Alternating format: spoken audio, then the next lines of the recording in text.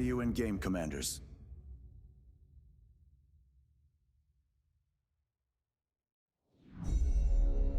Beyond All Reason fans, welcome to King of the Hill by AllReasonNoLogic. Experience 2 or more teams facing off in epic scale warfare, where the Horde gang up on the Kings of the Hill. Kings start off with an economic bonus. They do their best to defend an onslaught after a no-rush timer expires. Test out your micro and defend against multiple players in variations of this game mode.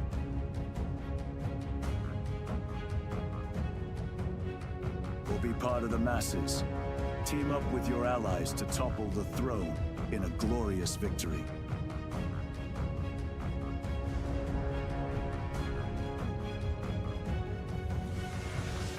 AllReasonNoLogic, hosting King of the Hill lobbies, most Sundays. Join our Discord to be part of the action.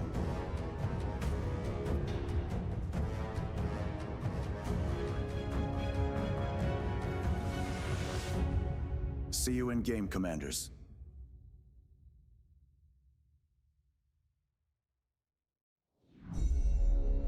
Beyond All Reason fans, welcome to King of the Hill by AllReasonNoLogic. Experience 2 or more teams facing off in epic scale warfare, where the Horde gang up on the Kings of the Hill. Kings start off with an economic bonus. They do their best to defend an onslaught after a no-rush timer expires. Test out your micro and defend against multiple players in variations of this game mode.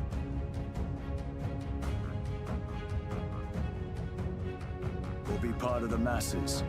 Team up with your allies to topple the throne in a glorious victory.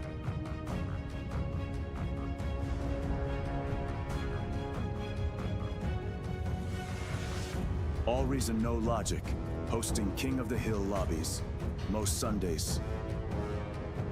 Join our Discord to be part of the action.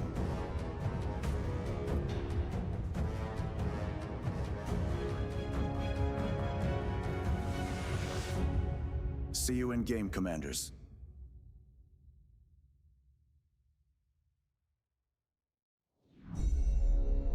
Beyond All Reason fans, welcome to King of the Hill by AllReasonNoLogic.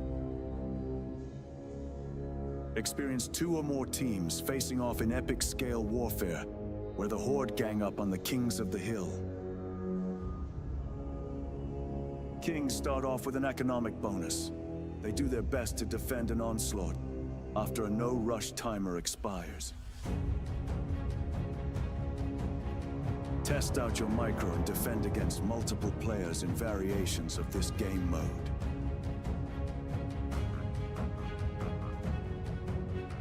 Or be part of the masses. Team up with your allies to topple the throne in a glorious victory.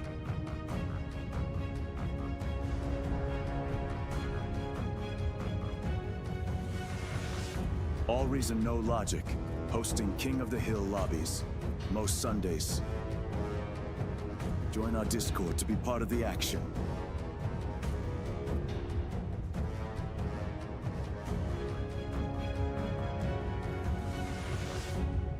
See you in game, Commanders.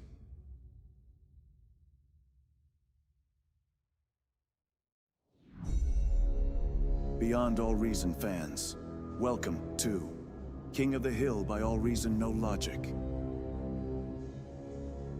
Experience 2 or more teams facing off in epic scale warfare, where the Horde gang up on the Kings of the Hill. Kings start off with an economic bonus. They do their best to defend an onslaught after a no-rush timer expires. Test out your micro and defend against multiple players in variations of this game mode.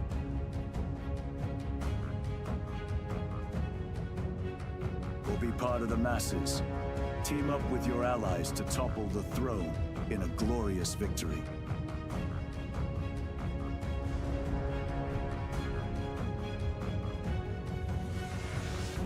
All Reason No Logic, hosting King of the Hill lobbies, most Sundays.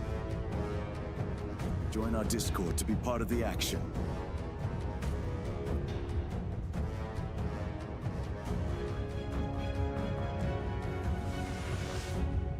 See you in game, Commanders.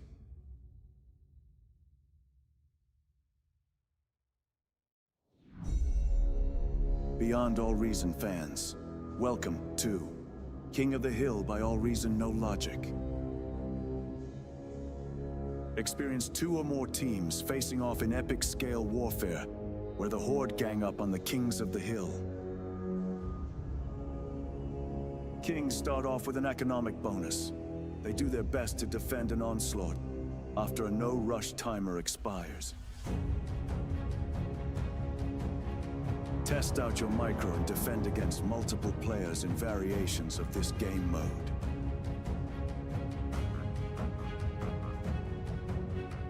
Or be part of the masses.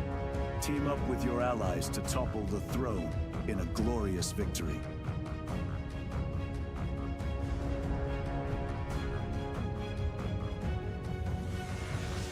All Reason No Logic, hosting King of the Hill lobbies, most Sundays. Join our Discord to be part of the action.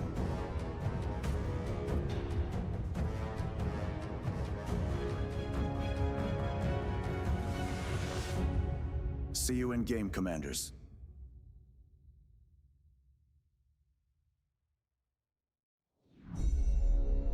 Beyond All Reason fans, welcome to King of the Hill by All Reason No Logic. Experience 2 or more teams facing off in epic scale warfare, where the Horde gang up on the Kings of the Hill. Kings start off with an economic bonus. They do their best to defend an onslaught after a no-rush timer expires. Test out your micro and defend against multiple players in variations of this game mode.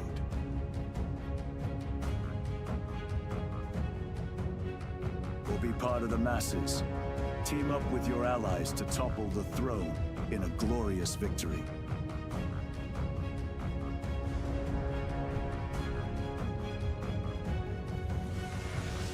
All Reason No Logic, hosting King of the Hill lobbies, most Sundays. Join our Discord to be part of the action.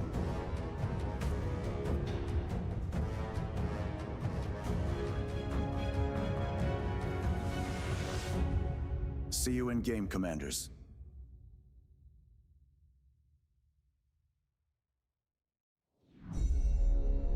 Beyond All Reason fans, welcome to King of the Hill by All Reason No Logic. Experience 2 or more teams facing off in epic scale warfare, where the Horde gang up on the Kings of the Hill.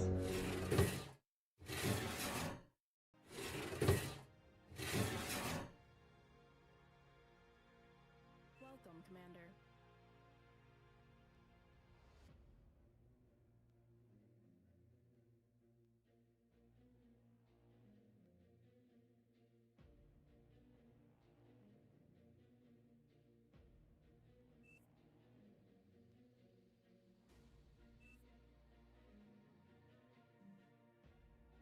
Alrighty, ladies and gentlemen, I think we possibly, maybe, might be live.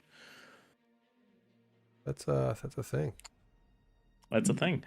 So we have Claymore for you today, starting this off, where we do have what looks to be 13 peasants against the 5 kings.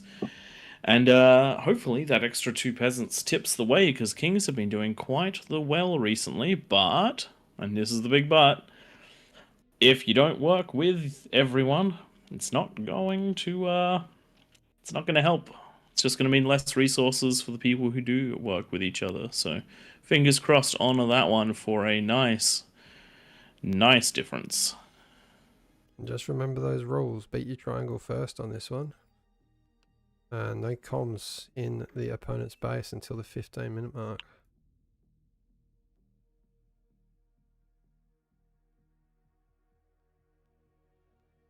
We almost need one of those triangle overlays as well.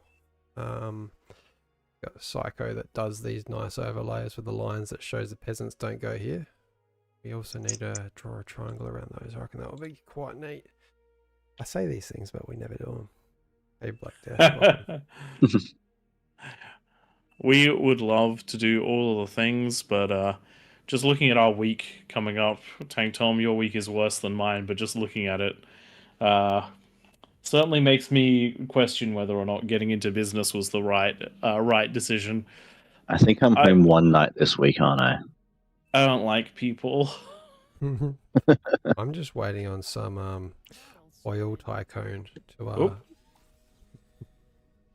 Good evening, ladies and gentlemen. Welcome to King of the Hill on Claymore, my personal favorite map of the time, where we have 5 triangles that have to try to beat themselves before they can move on out. 5 experienced kings in the middle. They're going to each be all on their own until they either crush or get crushed by their peasants. And then this time, a little bit different to the normal format, 13 people around the outside. Will that be unlucky, or will those extra 2 people provide some bonus value? That means 3 of the triangles are going to have that extra person. Joining me, as per usual, we have Twig of streaming fame and Tank Tom of administration power.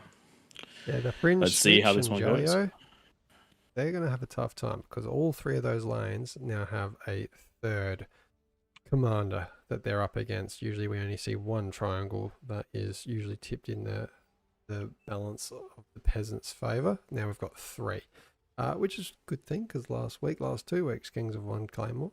This one's hopefully going to tip the balance back in the favour of the peasants. And we do have Duffy over on the right with I Kill You for Fun and Psycho Pew Pew.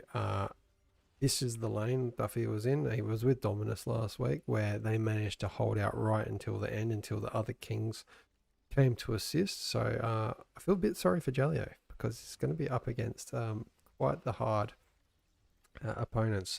On the other hand, we do have Dominus in yellow down the bottom left triangle, who's a king this week. He stood out last week as making all the right decisions and lasting right until the last breath when the odds were stacked against. Tommy's got the eco advantage. And what does that eco advantage mean? There is a 40% bonus, and not only do you get 40% bonus on all the eco that you are building, you also start with an extra 40%. You can see at the top he's already up to 1650 metal. That would have started at, I think, 1400. Of course, every time you build a max, adds a little bit more to that amount that you can cap out your storage at. Now, Twig, something which is quite interesting. I've noticed that on this map, Kings have been doing quite well recently. What's different about this game versus the win streak that the Kings have had recently? Apart from this particular game? Yeah, this particular map. There's one factor which really seems to turn the Kings win rate around, and it's missing this time round. I know what you're talking about. I think if I get up and go look in the mirror, I might see the difference. Well, have you and I been playing in Claymore recently? We have. We missed it. We have. Super strange right there. It's probably just chance. It's probably not that. Yeah, it's not us. Just like it's not Tom that loses it for the Kings in throne that he's been doing the last couple of weeks and losing. It's not Tom's fault. To be fair for Tom, man, did he get unsupported. Can I have a builder, please? 5 minutes later, I didn't realize I was have a in builder? spec chat that entire goddamn time. Up north there, Smitch in red, just you can see detonating the commander in the range of that build power, which is done so that you don't have to go and grab a res bot to do the reclaim. However, by the way, no listening, corpse left. Get that little dude back inside your base. Yeah, now there's no corpse bat left, and the Kings are down 2. 4 commanders only, and they're up against 9. Reminder, people, keep your stuff inside your starting circle. Same goes to you, Dominus. I mean, they're just on the edge, so I'm not going to be too picky on that. Yeah. None of them are wandering too far. And for those tuning in, the rules for this particular map is you must defeat your triangle. Looking at top left where Fringe is, that means that I'm just going to draw a line there. This is a triangle, a very curvy triangle.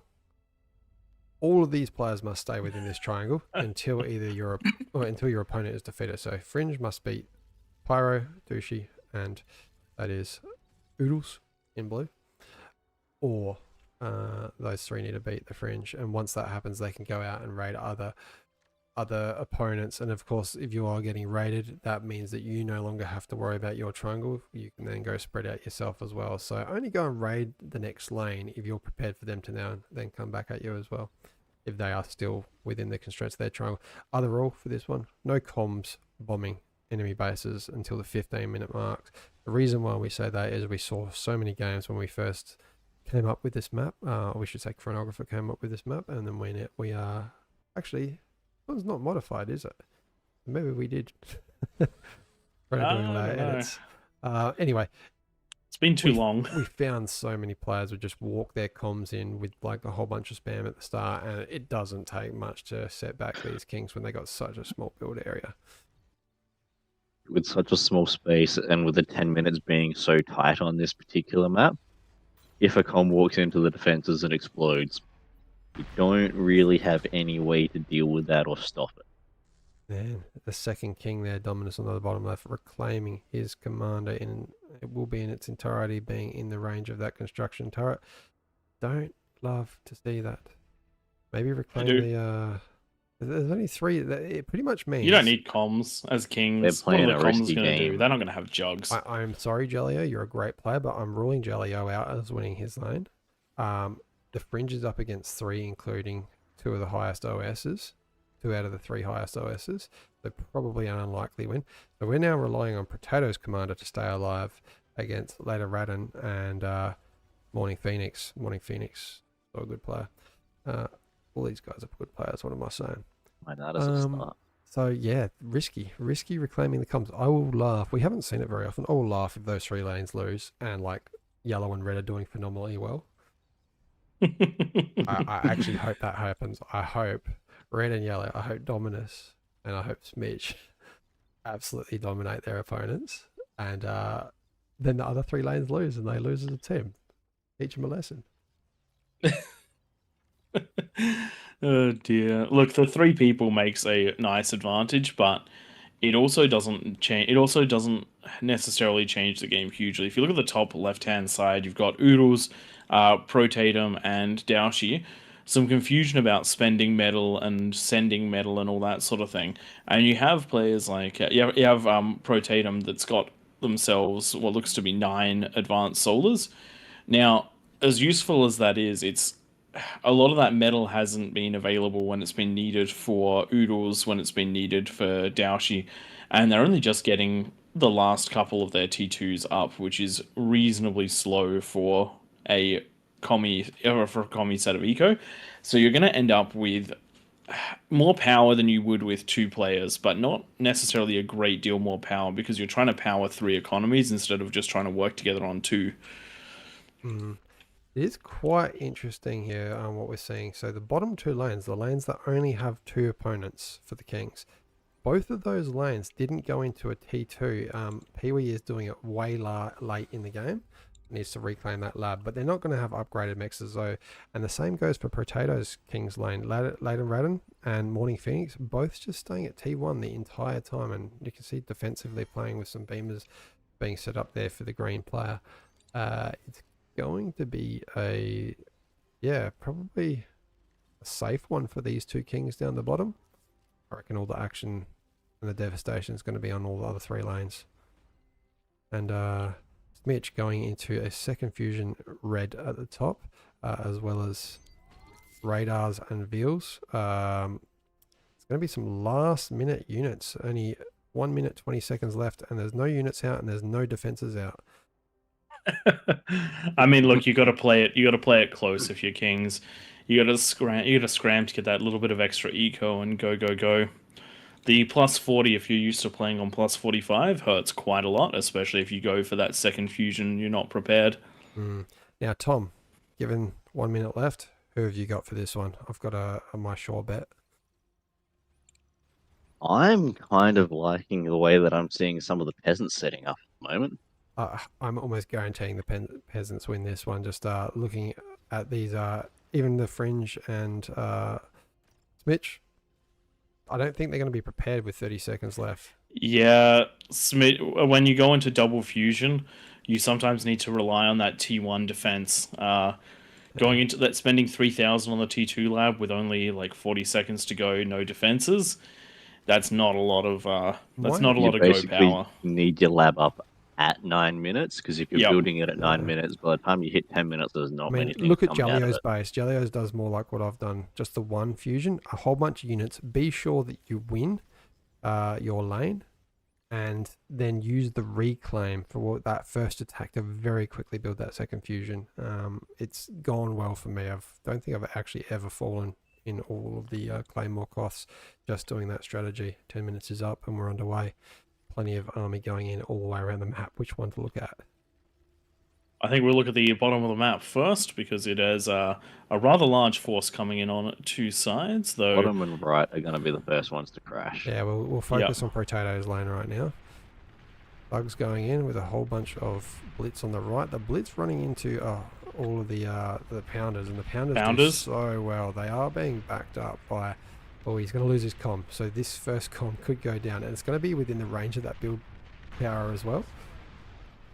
That's not looking good. Those units are in. Did a good amount of damage, but not enough, and it means the thugs have gone in. Looking at the top of the map while this base is getting absolutely shreked, it does look like Watch Behind's managed to get units behind Schmitch's defense, and that is going to result in a complete destruction of the economy. Smitch is essentially out, or not quite, but Smitch is close to out of the game at this point. The Fringe on the left is doing a little bit better to defend there. Good D gun onto a Centurion. Once again, Pounders being used to take things out. But what Oodles has Hounds, and I don't think there's going to be a great defense against this. The Fringe getting the commander in position, but that will leave only one commander left with the Kings. This is going to be nasty. I think he will defend. But if these D guns aren't perfect... That was pretty good. It is pretty good. That was pretty good. Might still lose the comm, but keeps you alive for just long enough to maybe get back into it. Yeah, and they got to watch out there. Watch Behind is currently building the advanced geothermal.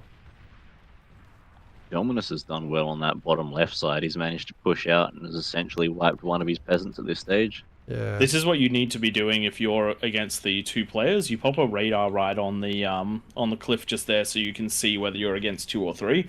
And if you're against the 2, you have to go so that you can get out and put pressure on every other lane.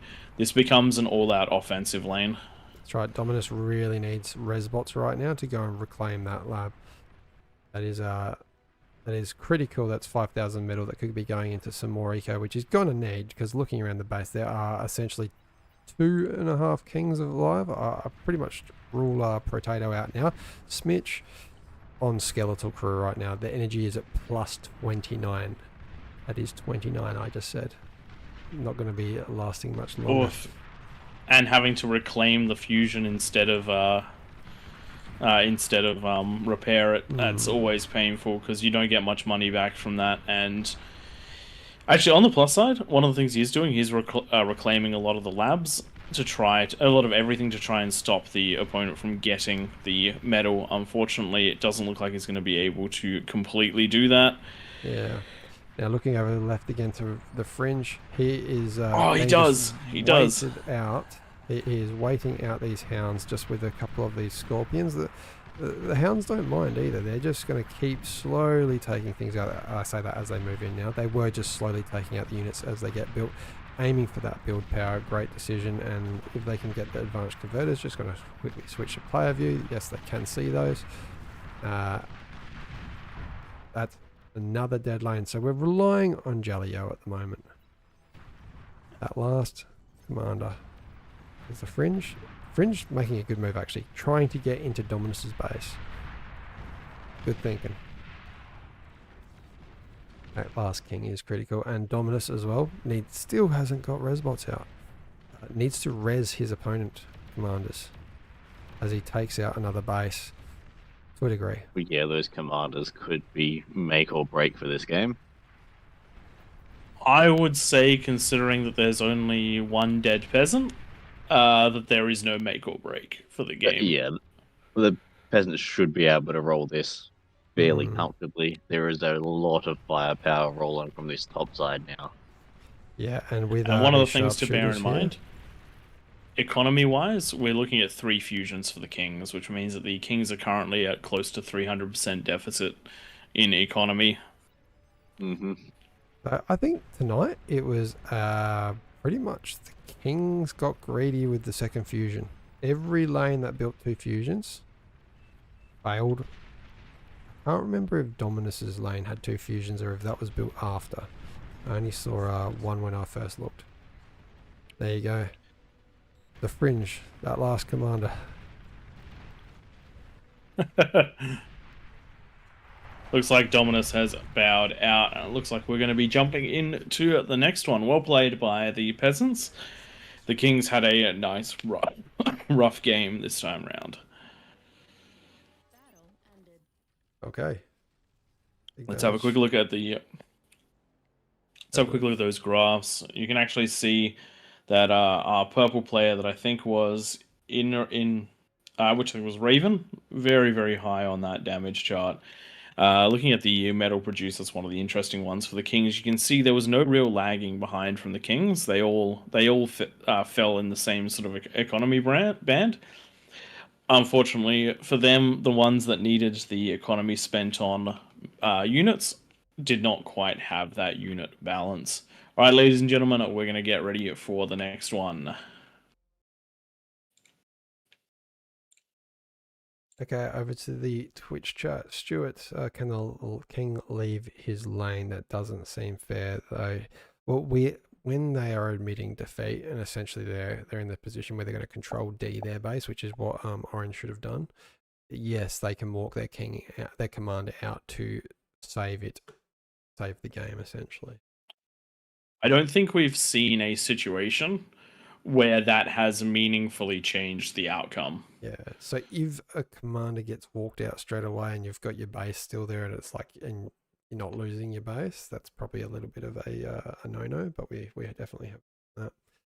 All right, Roan.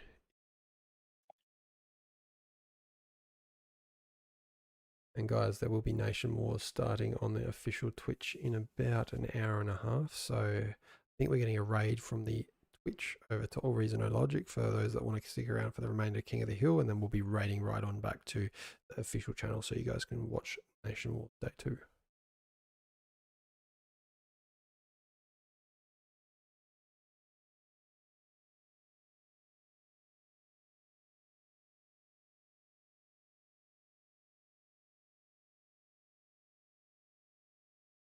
Realised I wasn't sharing chat after all of that. Doing it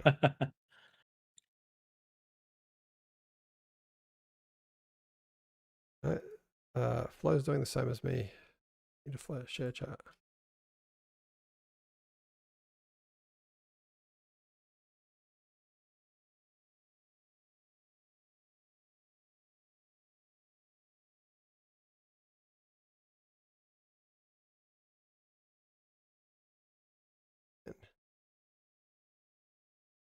There we go. It's working now.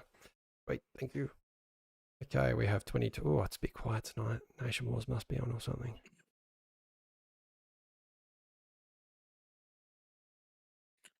See if we can't get 30 around the outside. I think 30 is even a bit low for this. Would have to drop the bonus down for sure.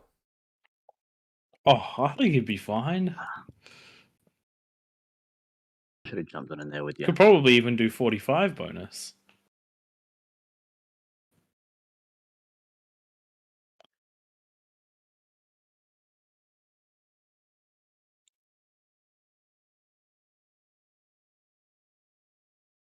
For where are you? Boss.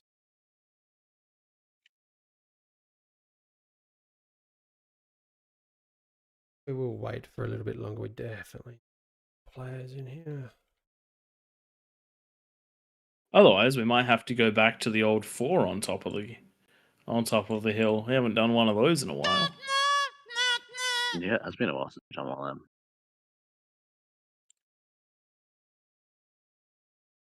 Thanks for the follow there, D-Dex.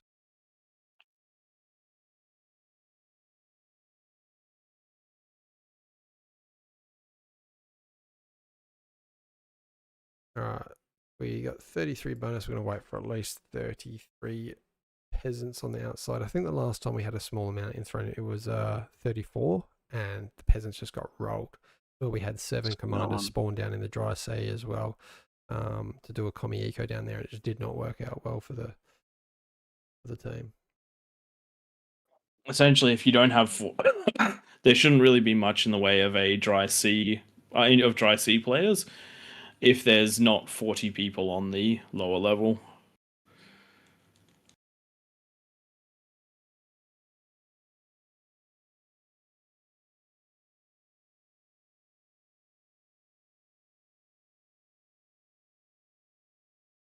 An interesting way to fall asleep, Nielsen. Considering we have less players, someone's asked for Legion enabled. What do you guys reckon? Yeah, go for it. We never turn it on in this map, so let's check it out. All right, I'll turn it on so that we don't have a million people doing it.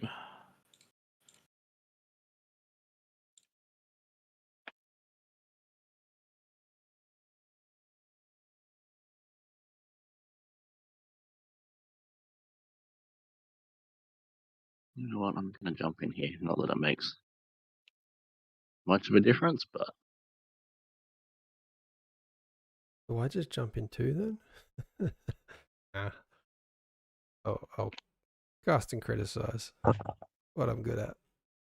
The criticizing part, that is. Definitely not good at casting. But I don't think you give yourself enough credit. Get ourselves underway here. I actually think we should go with one less. Oh, we have not done this with less than 34 people in like a year, and it just will not go good. I reckon we have to lower that bonus even more. The bonus is pretty the difference low. between like 35 and 40 is quite large. True. But you do because it means the lowest OS is 24 for you guys. At 35 OS, it's hard to go beyond at 35 bonus, it's hard to go beyond a single fusion. Yeah.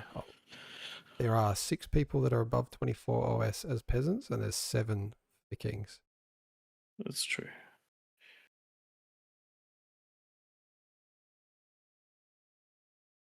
Personally, I think it'll be a walkthrough unless we get up to about 40 players, but I'm happy to kick it off if you guys want to. It'd just be a quick one, maybe. Actually, when the kings win, it's never quick. The slow walk. All right, chat, what do you reckon? Do we kick this off or wait for a few more players to join? It's obviously early in the morning some parts of the world where the bigger populations are. I'm inclined to say that we probably get underway. I know that bonus is going to be very low because that also limits what the max output the kings have available as well. Okie dokie, we're at 34, so that's equivalent to when peasants lost, but with a bigger bonus for the kings. So go for it, guys.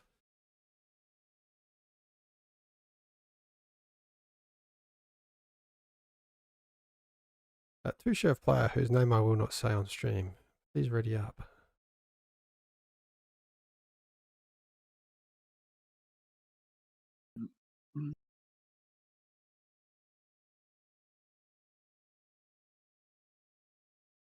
Alrighty. Let's see how this one goes. I want you guys to go against each other. I'm going to give away your starter spots.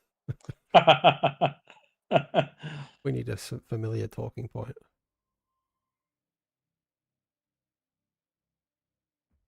I think I know where Prey's going to spawn. It's usually on that right-hand ramp. Nah, couldn't be. I couldn't always do the same thing every build.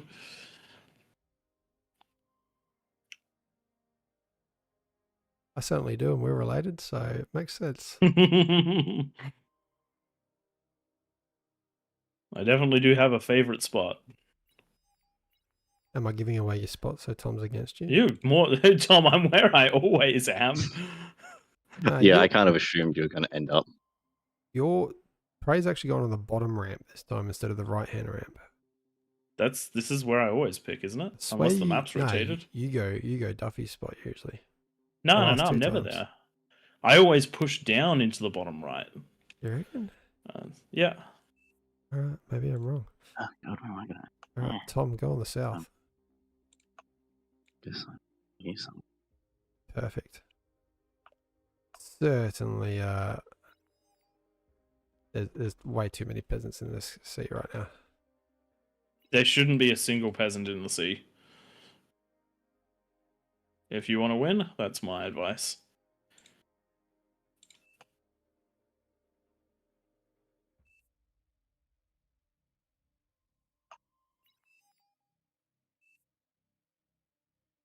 Right now, there's 1, 2, 3, 4, 5, 6, 7, 8. Okay. Okay.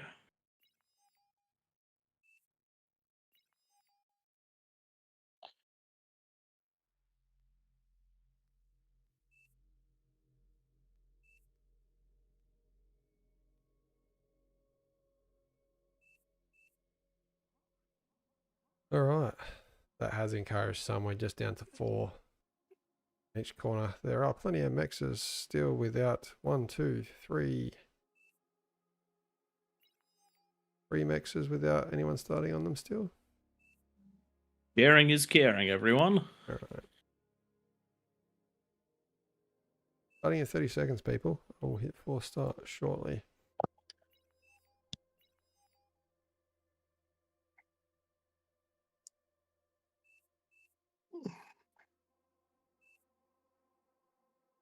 Just a heads up for anyone that's playing against me, because Legion is on, I will 100% be trying to get Sol Invictus.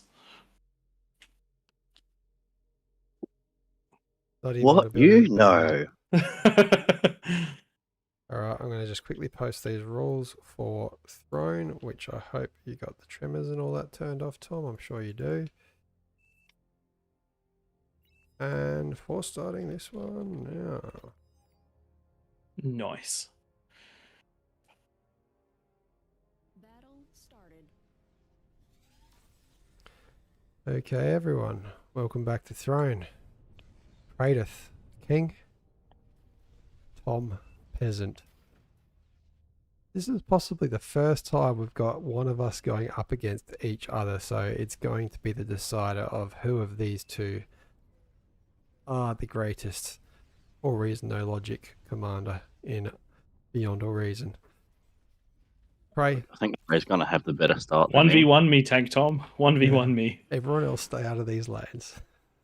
All right, you're only allowed Everyone to have clear half a the match. entire bottom right-hand corner of the map, and Tom and I can 1v1 each other.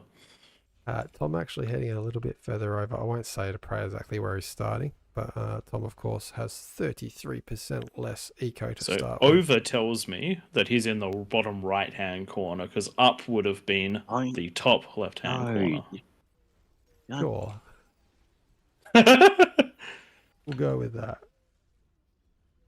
Okay. This is Throne. The rules are 10-minute no rush. The lava's dividing that. Kings from these peasants. The kings, 33% bonus. Units such as the Tremor and any sort of missile unit, the Ambassador, the hover tanks. Tier 1 and Tier 2, they're switched off. Once you get to T3, anything goes. The reason we turn those off, we just see too many ambassadors or too many arbiters just shoot up over these hills and the kings die really easily. Things like spiders, they're not off, so you can come up over these hills, do a lot of damage. For that reason, I definitely recommend Lead and Redden, Dashi Bag, Kakado, build plenty of beamers, twin guards, etc. Even walls around these hills, stop those spiders coming up and over. And also build your eco back around here. That's where you want bulk of your eco. Leave a bit of a space at the back of this hill. That's where those ramp players want to build their eco.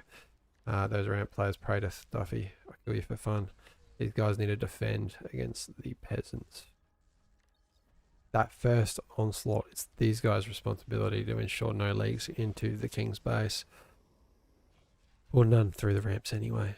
Praedyth's in that lane there on the south. He's going to be building... I don't even know what the names are for Legion. Let's go into combat units there. Okay, so we've got the Pharos. That's equivalent. That's the LLT.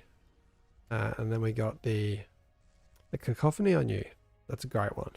Do like the Cacophony. It's got quite a big range at 575, a Gatling gun. Oh, it's also an air Gatling gun. I didn't know that. So, if I play Legion, I'll be building these instead of building anti-air. Things like your amputators, they can be built anywhere up in this starting location. One of the rules are no offensive structures, so you can't go build like a persecutor over here on this edge, shoot up over this hill. That's a no-no. Same goes for the Kings. Can't go and build like the catalysts, any of the EMP launchers. They can use them defensively, so once units get down into this lava level, once the lava recedes at 10 minutes, anything can be shot down there. Throw your mama off the cliff if you need to. Okay. Eco player in the middle, we haven't talked about yet. Watch behind in the middle. T2's out, handing off some T2 units to the Kings that need a bit of a boost. I dare say Duffy here would have been... He's going to be detonating his comm. Is that why it's walked over there? Yep, that's exactly why. Very close there, Nate. Right. For those who are wondering what I just did on my screen there, I select the comm, hit space X, it shows the detonation radius just so you don't do any damage to your own stuff. So yeah, feeding up to watch behind to get these advanced metal extractors up online and hopefully a fusion or two soon. It's going to be watch behind's job to eco. If there's a leak, if there's a lane that's being pushed too hard, watch behind needs to go and sort that problem out. It's kind of like what I do at my work. I seem to always be given I work in construction. Seems to always be given the job that I get where I go and fix problems, projects that are struggling a little bit. Watch behind's job is to go and fix those problems. Or if nothing's got a problem, all lanes are all good. If Praedyth isn't falling down here to Tom, he's going to go and just keep on building AFS until he's punching out Razorbacks and Vanguards. That seems to be the build for Armada, which he is playing currently. How are you finding Legion down there, Pro? I mean, look, everything's slightly off because of the bonuses, so I'm a little behind where I want to be, but it's fine. So we usually play this at 40% bonus, but we usually also have 40 plus people in this one. There are, let's just hide that, currently 32 peasants. So we lost a couple in the start of this one. A couple dropped out. We've got 3 people playing in the sea. Sorry, there's 4. I'm just sending some units back there. I don't mind that. Some hidden eco in the back lines, just in case that base falls first. Not a bad idea when there's so much space out here. And yeah, 33% bonus, so we've lowered it by 7%, which really does have quite the impact. So you built your own Legion bot lab there, right? Are you I have, because I want some Legion defenses. Are you going to build a storage and reclaim that? I am going to build a storage, but it's actually worse for me to build the storage. Yeah, you're at the moment. Time. Now, because it's 340 metal, so it's just not worth it. Upgrading those mexes that you had actually took away the wind that they were earning, because of course Legion mexes, unless you upgraded to the overcharged ones, they are producing. I did upgrade to the overcharged ones already. I'm gonna say the standard ones. Let's just try and find one around here. Who's playing Legion that hasn't upgraded mexes yet? That one there. So they produce. That's overcharged. Oh god, I'm not gonna find one, am I? Overcharged. Why is everyone overcharging their mexes? Because they're really good. They earn 1.5%. Sorry, 1.5 times the eco. No, I'm not going to find one. They really are all overcharged. Why can't I play Legion in skirmishes versus Coruscant in the Twitch? Should be able to. Just got to turn it on. Go to advanced settings. Go over to Yep. Why have we got to pause? I don't know. No pauses unless rule breaks, people. Maybe it was a slip. Same person unpaused it very quickly. Okay, looking good in the middle. Kings are definitely closer in eco than what we usually see at this point in time. So 60% metal per second.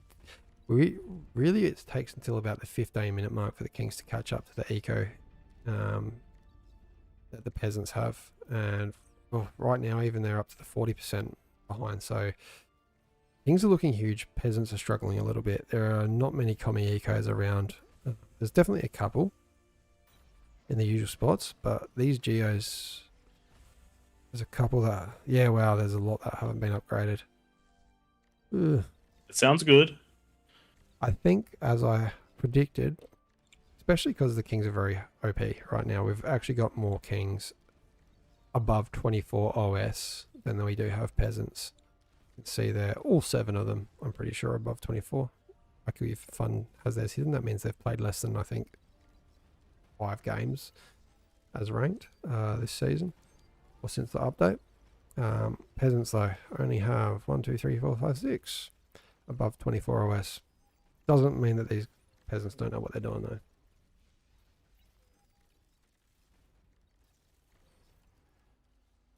Huh. 1 minute left. Kings are looking good. Peasants are not looking like the Kings. It sounds good to me. It does certainly sound good to you. Does not look good for the stream, though. The entertainment factor will be brief. I mean, there are some, you never know. You never know in Throne, because as soon as you leak in one spot, like, good chain reaction. But having said that, though, it's looking pretty solid everywhere. Maybe Kikado's eco's a little bit too far forward there. But even Ladenredden's built theirs quite far back. There's no T3 rushes out of any of these peasants. Similarly, none out of the Kings. 10 seconds left. The dry seas are still pretty dry. And there goes the lava. The first encounter. It's like it's gonna be, all 3 lanes. It is Tank Tom, hit and pray. And Tank Tom doesn't know how to split his units, so them ticks are no more. Look, he either had the edge built or not. I was hoping for and not. I did. If he didn't have it built, then I could have gotten in. But I knew they're either going to make it or die. They died. Oh no. Freg on the right just losing those first few units to Duffy's attacks, and honestly, this is T1 coming at what's going to defend against T2. So peasants might as well just try and hold the mid-level rather than assault those ramps, in my opinion. That's probably their best bet. Ticks on the right pushing up against Hounds. Hounds don't go great against Ticks. What we do see, though, is a good scout. Some spiders have been seen, and these arquebuses are going to try and clean them up. Oh, wow. Big hits. Those spiders can't even poke over the edge. Arquebuses can shoot up and over. Is he going to get a missile out to... Oh, no. How does Oodles not? Yes, he gets literally 1 missile. That was pretty funny. Literally 1 missile out and above. Okay. The peasants are going to struggle. Watch behind going for the third APHIS. The eco advantage is only 50% in favour of the peasants. We usually see it about 70 or 80%. And we've got Dashi Bag pushing out with termites, and they have already found 2 fusions, taken them out. That's essentially wiped. Can't kill him with what I've got. That's now put the bonus, the percentage down to 10% lower. Was lost just out of those 2 fusions. God, it's not looking There's so good much for these metal guys. to reclaim there. And there's not going to be many reactions. Tank Tom with a good response there. Beamers need to be healed, though, as these saves it. Well done, Tom. Perfect reaction. Beamers are so good. It's anything that... Is that Tank Tom's base? No, I'm down in the bottom right. I'm in the bottom right, remember? Where you expected? Commander destroyed. Correct. All right, hasn't been a complete push in any direction, but of course the push usually at the initial stage is by the peasants. That's when we see a wipe. Kings have held. They're pushing out on the right. Medusas are way too OP. They lock on. They shoot these missiles. They just clear out so much. You see the Starlight pushes, the SAR pushes on Supreme Isthmus. If Legion's on, these are the guys that are equivalent. The Medusas come out and wreck front lines with all these ticks in front as well. They're just going to slowly push out. Duffy's just going to be a pain in these guys' ass. The one thing saving them is there are no pinpointers up right now. So needing to physically see these units to do the damage. Chronographer dealing with some sumos. Love Shield saving the day though. What is the answer? What is the answer? Dominus might have the answer. Blind firing. Taking out build power, taking out wind. Can't see much. I really just hope he... Oh, big attack coming. That is huge on the right. Unfortunately for Dominus. And catapults up there as well. Yeah, he's just taken out a bunch of the eco. Really nicely done. He's way too close to the cliff though, and Dershybag might be degunning him.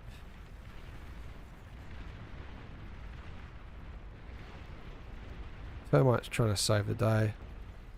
He does have the S command, the attack command,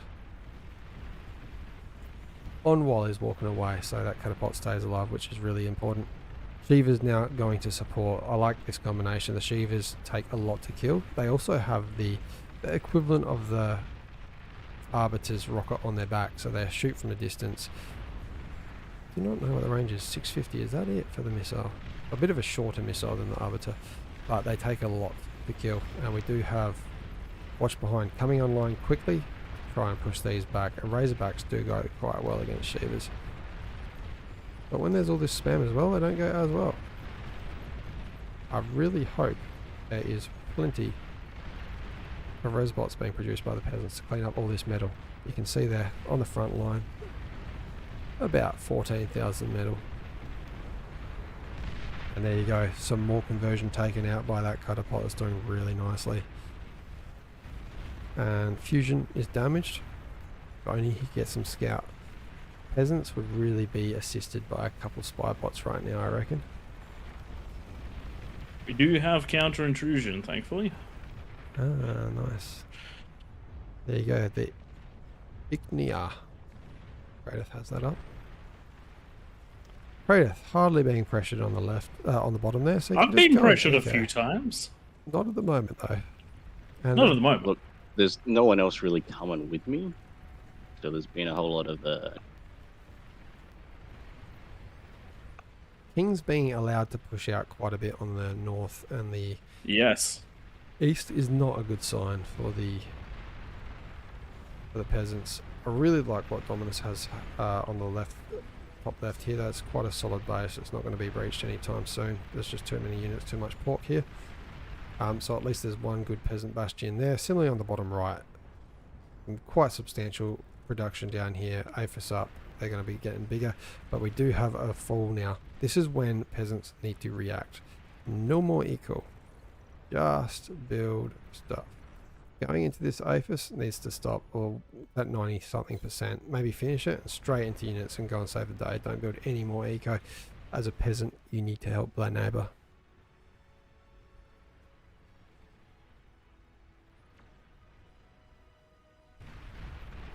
Big back and forth here. Some sharpshooters mixed in out of some of the T2 peasants up on this north here would really help Dominus push these Razorbacks back.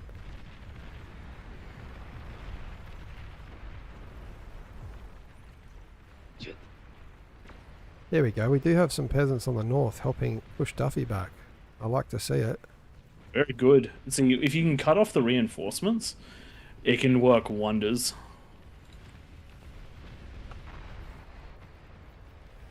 Unfortunately though, we have Laden Radin pushing out with him. He's got sumos, they are so chonky, kind of like a welder. Stealthy units, where are those? A push out of Axel, unfortunately, is going to be met by an extremely powerful defense. Not much is going to be breached here.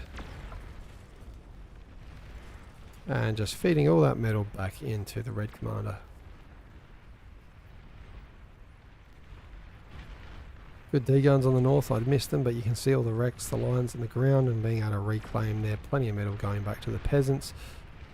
Can't tell you which way this is going. Who's got the advantage? The good thing about most lanes being pushed is the peasants can be... We've got to pause. We have... Okay, yep, that is a rule breach. I will delete that if everyone can just bear with me. And this is the best way to deal with a rule breach. I know that pauses aren't super convenient, but we need to know that they're happening so that we can fix them. Because if we only find out about them after we make if you end up building defenses to hit their defenses and we only see it then, it can turn into a problem. If you can double hit resume. Raideth or Tom? Go on.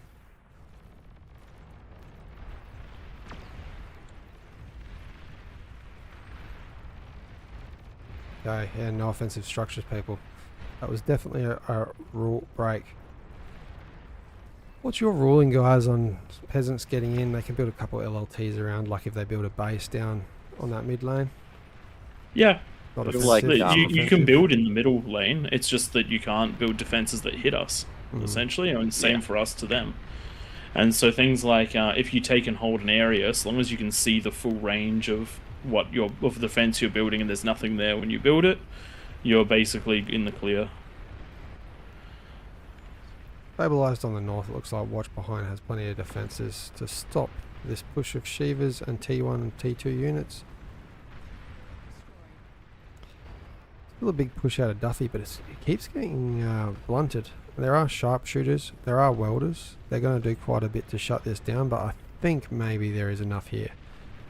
With Ladder Redden going through with all those fiends first, that is pushing quite a bit back. The Twin Guards are really helping. Is this player up here going to react? Smitch. He is reacting. Just very slowly because it's slow units. These are all Smitch's units, my bad. It's looking good for the peasants on the left. Good for the kings on the right. But maybe this is turning into a good match. Good match.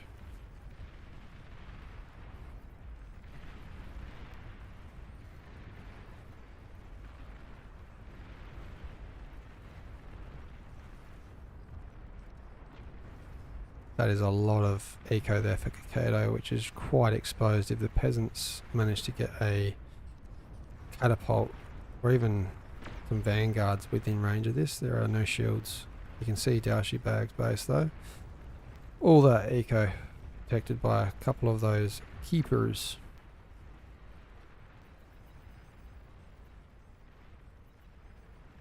Oh man, that's some APHIS over there. It's been seen. This is a problem. Sharpshooters are shooting. Possibly a bad time to transition to T3. But it should just be enough to clean these up, or they let them go through. Let them go through. Shit.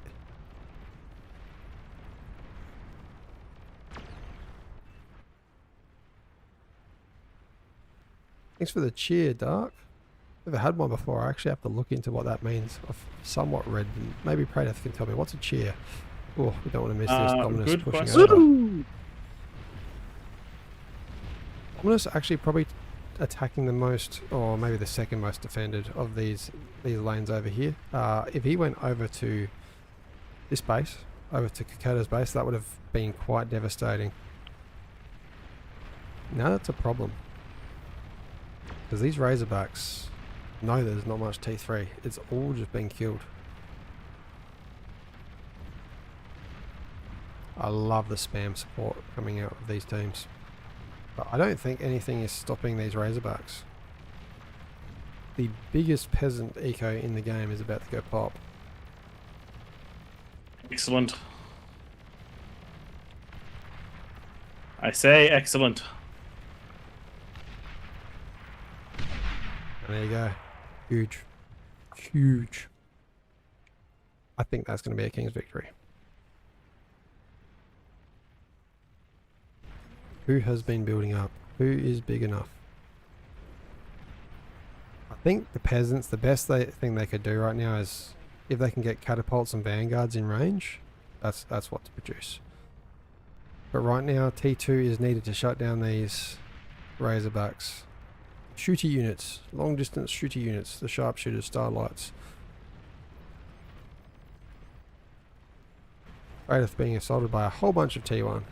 They're actually getting through. This incinerator is doing a bit, but that's killing together, boys. some of the own lane. Razorbacks coming to save the day. This will be shut down. If only a bit more got through. There are some AFIS over there in the distance. Uh, Stop it, Tom.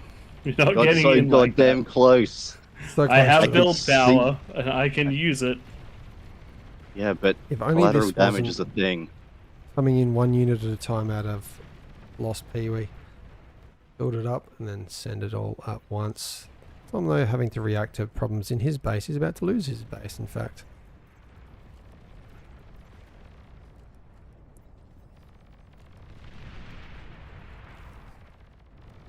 I'm going into the absolute wrong unit to deal with this. Look, you can only do so much at once. Yeah, it's not ideal. And that is Tom. Eventually out. Little bit of eco left, but we'll see what he can do with that. It is looking good for the Kings right now, as expected, with this lower number of peasants. Commander destroyed.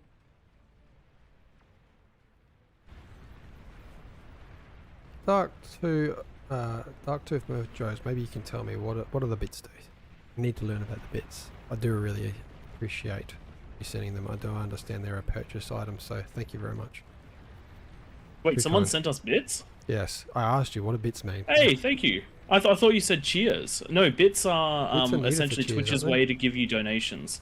That's fantastic. That's crazy, man. Thanks. I think is that our first bits donation? It is. Thank you. Because we've only just become registered for that. That's have we?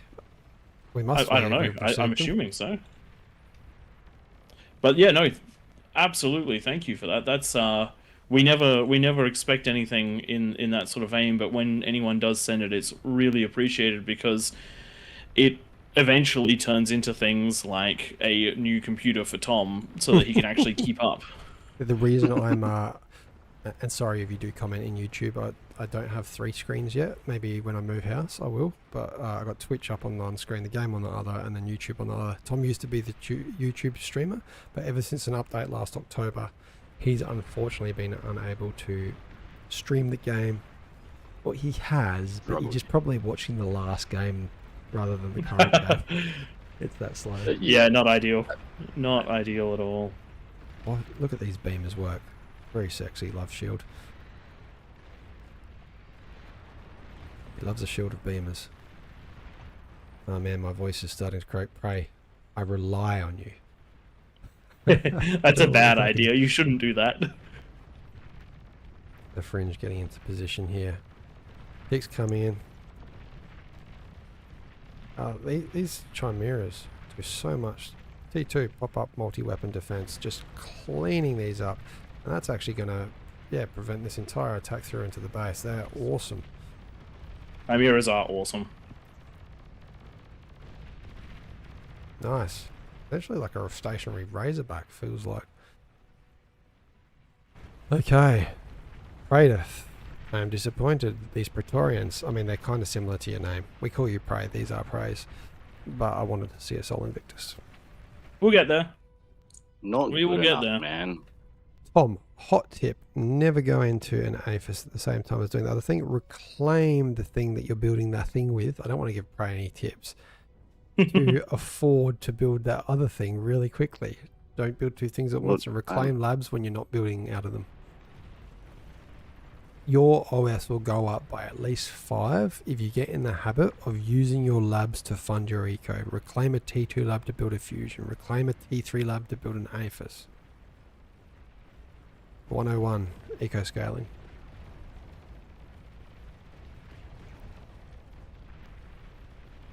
Oh God! How does he Come have at that? Come at I'm me. not gonna come anywhere near you. Why would I do that? That's terrible. That's it. Run. Tommy, if I was you, I'd protect that with my commander. Yeah, I've got one of them now. And you want I don't want anything to do with that. to... They are absolutely clearing up. And what you need, Tom, is some bots to reclaim with T1 bot lab, res bots, feed the machine that is behind you. Oh, No, don't feed the machine. I feel like Tom's probably one of the last... Yeah, what do you actually do not have anything great that can... Yeah, the Myrmidons are disabled, so you don't even have an option to shoot up and over the hill. That's just sad. Now, this one Sol Invictus is probably going to be enough if it's micro to not sent straight in, which Tom is clearly doing right now. Keeping it out the range of those mammoths is going to be enough to just completely block off this ramp. If only we saw 7 of these blocking all the ramps. Sorry, 5. 5 inner ramps, 7 outer ramps. Prey finding God, I a can't do lot of that. damage out there. Mm. Turn your commander on invisible, bro. Oh my god, Tom, you're a noob. You He was literally... on. He was on yeah. yeah, before it died. Yeah. Luckily, Look, I've only got commander's so many outrange. things I can deal with at once. Oh yeah, problems in your base. Yeah. You could be reclaiming 99%. It is going to get out just in time and take those out. Quickly turn it around and kill those ticks. Okay. Now, you got 2. Feel like Prey Yeah, is but winning the war. I need- You are I winning need the some battles, but support. Prey's winning the war. Yeah, unfortunately, a Sol Invictus, as good as they are, they're not amazing against too much. They are going to clean up, I think, this first wave of ticks. Oh, Oh my God! There's some economy going on down here. I mean, the peasants are still ahead in eco, despite losing about 2/3 of their bases. Maybe 1/3 of their bases. Ah, Chrono, a casualty. Hey, He go got ganked by away. his PC. That is a common problem with these big games. Yeah, I'm gonna struggle the same fate, I think. And I think a tick is going to be what kills Tom's APHIS, going down by about 1% a second.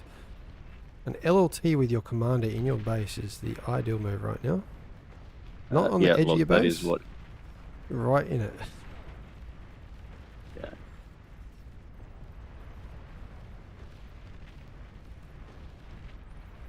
Like the, ooh, ooh, ooh, something's happened. Oh, Are they get going in to there. target? They're not. Oh no, he's not microing. He's not microing.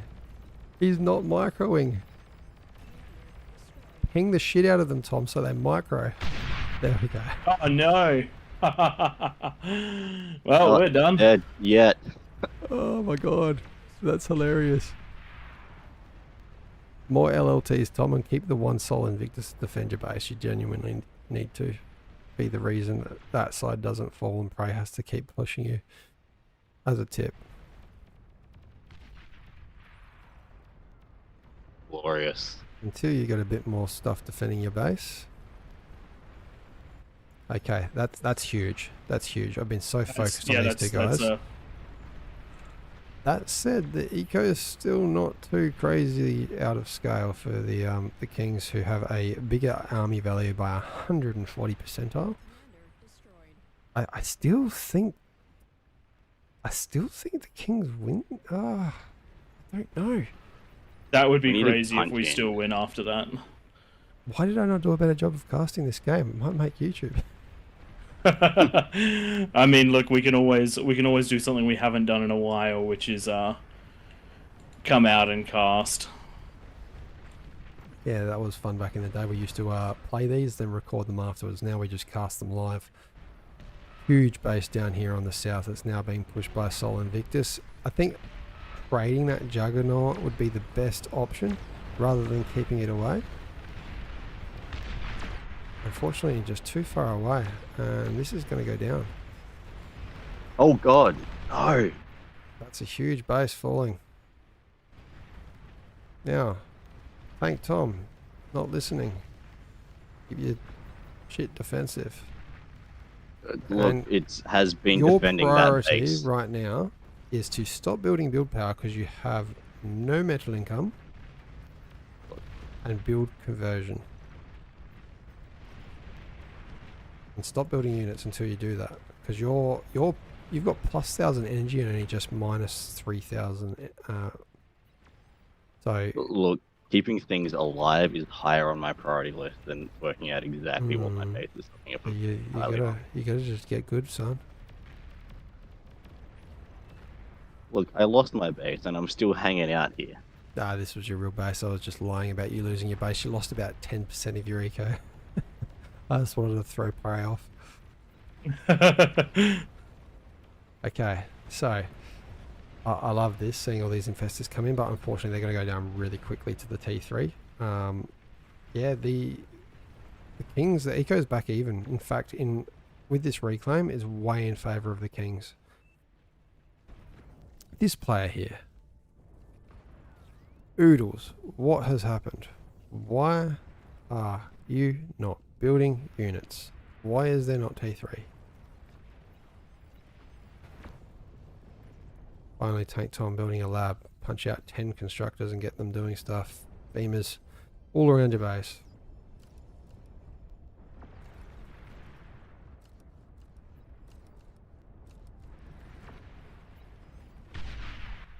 Uh-oh. There's that big eco down the bottom. Was that prey? That was later Redden. That was me. Yes, I got it. Oh, I got it. In there. I got it. Aye. The north for the peasants is still huge, but the Kings now ahead on metal produced. Peasants still ahead on energy. That's probably thanks to Tank Tom not converting. Look, These I can only make Daedalus. so much stuff. I will continue to give you shit and ignore what you're saying.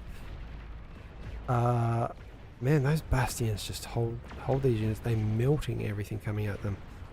Yeah, they do. Bastions are rough to deal with. And now Don't in like range how here, but dark it there's... is around. What's that? Every bastion... it's taking about 5% off every second. These mammoths might get in though, if they keep pushing.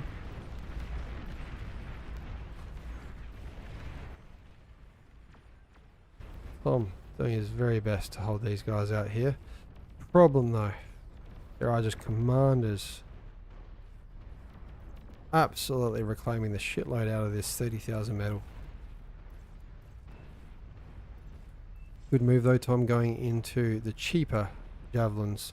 These are going to be used to hopefully take out those commanders, push back out, and use that Sol Invictus just to push behind them. Commanders will likely get distracted by the javelins degunning them. Hopefully the Sol Invictus is close enough to do damage. Tom, don't forget that conversion. Just keep building it. Never stop. In fact, the other constructor that's doing all the wind, why don't you get that one to conversion? Never stopping. Yeah, I probably should. You should punch out 10 constructors and just get them building T1 conversion. But right now you have to go into units. I was going to say, I have bigger problems that I am going to go and deal with. Yes, you do. Hard left instead of walking straight past the units, by the way, Tom. Do you not have a radar? No, he does. Tom's good at this game, but he's still a noob. Just letting those Praetorians walk past now, unfortunately. I think Tom's commander needs to get over there and degun these before they get to the Ephesus. Just in time.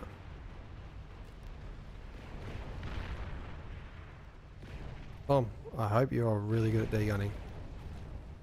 Look, I don't think I'm this good at degunning. I think you're a bit slow at degunning. Might as well I do it now. think that is one of our major problems dealt with. That is. Okay, I'm calling it. This is a good save out of the Kings. One of the closer thrones we've had in a long time.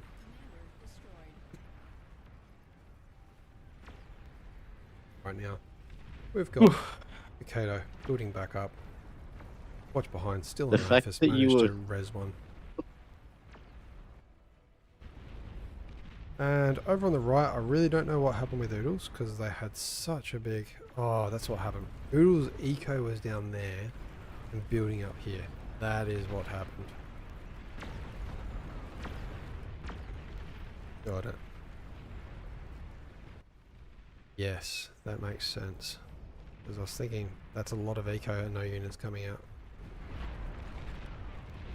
Needs more conversion though, which is happening. 25,000 in the deficit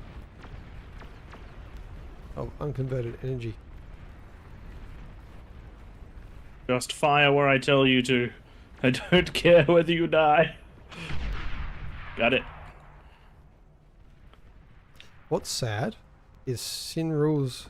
You've just run into it. You literally ran into a commander that was less than the size of the Daedalus away from the Daedalus. Just invis, not degunning. Someone could have taken that player and degunned it to save that base, to save that eco. Alright, this is in wrap-up stages of the game. Tank Tom. You'll never take me alive.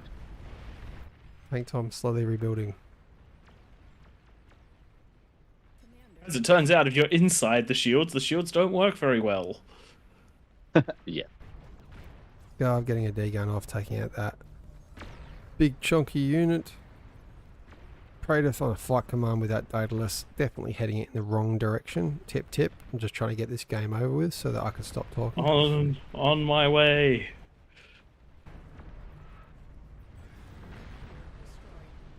I actually think a flight command's not the right thing either. You guys should be able to just throw units in that direction. Yeah, I I think hope so. that's exactly what should be happening right now. Look at that bastion down in that bottom right corner, but there's no comps. Oh, that's a big chain. That's a big chain. That was a huge chain reaction. That's boy. why I'm starting to pray. Just don't even fight command it. It was ready to Yeah. go pop. It needs to find the base before it turns into units. These are funky looking units, these Teltrons. They're like a little walking armadillo thing. Goes in the water.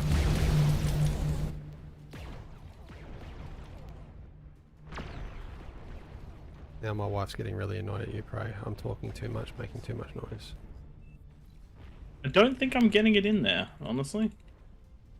You might have if you had just done it originally.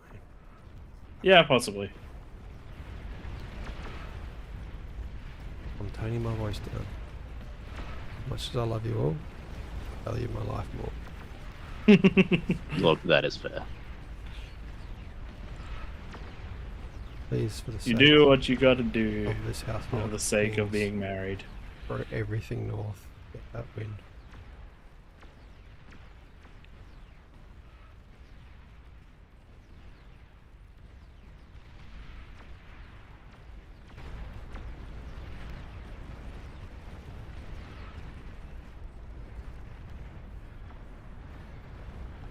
Oh, it's Douchey bag with Behemoth, supported by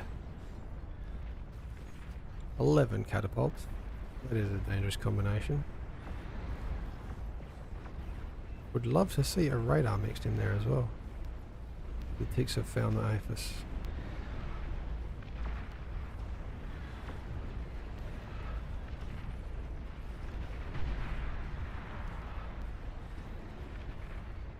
Kabooey. Juggernaut pushing. Fortunately slightly in the wrong direction. Cage's commander's probably going to get the D-gun on this one.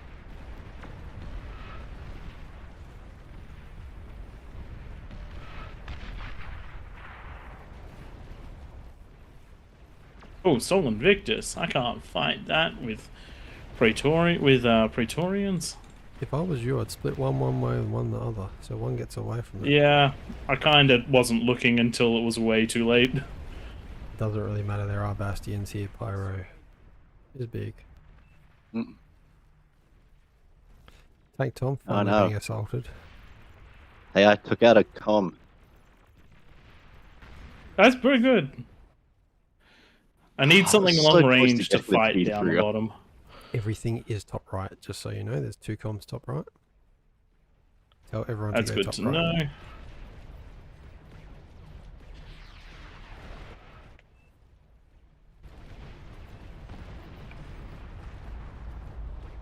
Don't mind that. The gods from above falling in a nuke. Oh, what? Our base is gone. Oh, okay, yeah, that kind of makes sense. Okay. Okay. I'm happy. I can walk away with my life. Whoa. Okay. Greatest. Commander destroyed. Why do you people let him do that? Hey! He's now Golden going to talk cow. about this forever. What are you talking about? I don't do that. I definitely don't do that. Greatest doing Besides, a lot of my level damage came at the end of the game, which isn't that impressive. Watch behind is the real hero. That is something that I'd love to see Bar improve on with those that award screen at them, because you can see so many games where someone will eco the entire game in the back line, come through at the very end, do all the damage and get the golden cow.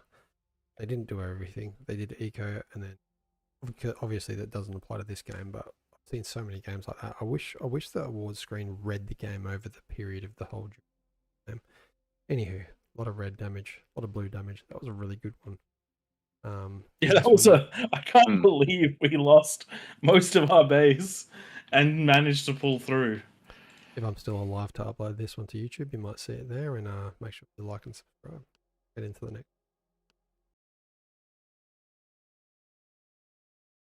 Now, Flow Nightmare, if you can hear us, do you want to raid us from the official? How long have we got until the... I think it's probably best not to start a new one without raiding.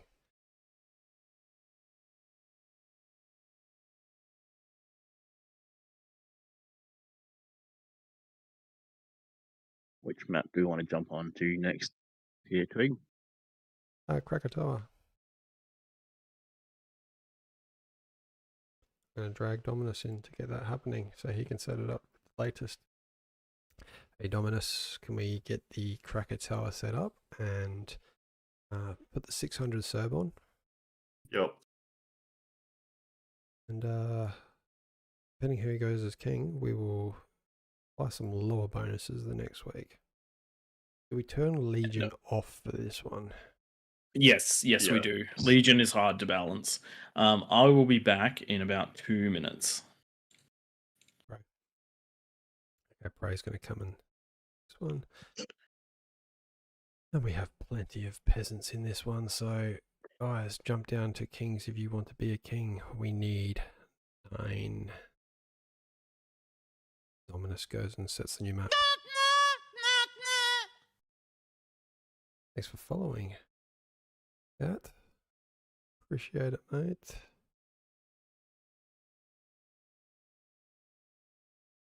And guys that do follow and are sub and all that, if you do sub, in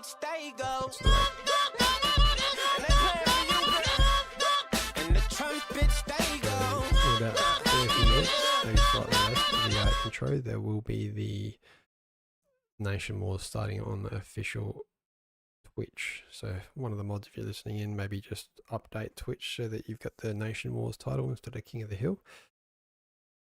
Speaking of updates, I'm going to update this one to be 1 king win, 1 peasant win for the night. So for the tracked pass, we're at 16 king wins and 27 peasant wins. Some low people down in the Kings, but that's fine. We'll just give them 25. Yeah, we'll do 25. Thanks for following, Evil Snowball. Thank you very much. Yeah, as I was saying, if you do have Prime free subscription monthly, we won't encourage you guys to spend your actual money, but if Amazon's paying for it, set it our way. We will happily use that to upgrade Tom's computer one day.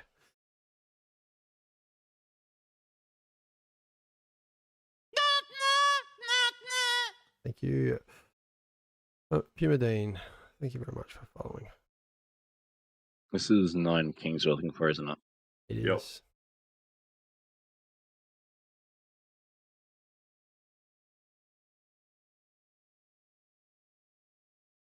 Last 2 weeks we have seen the kings absolutely flourish and destroy the peasants.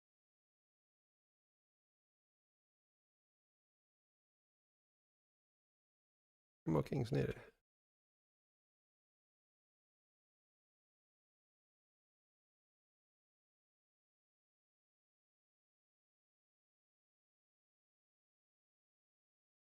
Should be all the old bonuses removed now.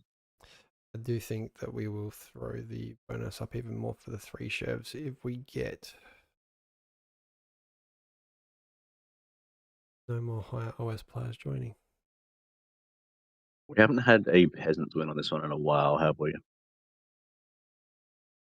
I've got some weird sounds in there, Puma. A lot of Pingu themed stuff in AllReasonNoLogic.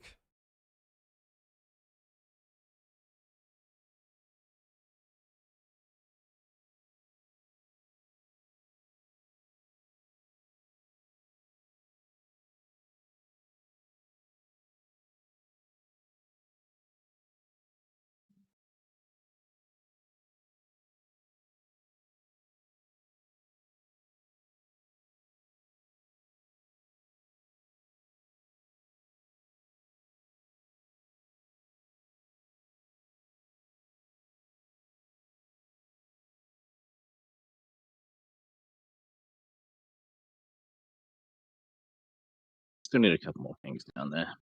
More kings.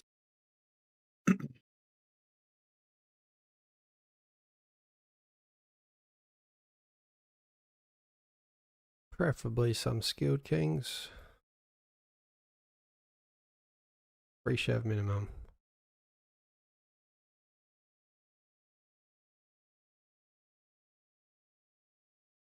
We are at 70 peasants, so we're probably going to have to bump this bonus. If you do, it'll probably break it. It is a problem. It all depends who we get. That's better. You've definitely got the Serb at 600. Yep. Says it. Nice. So yeah, guys, Serb is at 600. There's only 2-3 chefs that are low, and the rest are all fairly experienced. All right, we need one more king. We had Expand Jalio in guys. there. He's only a 20 OS with 25. Yeah, He did all right. Jalio knows what they're doing. Yeah. Where are the rules?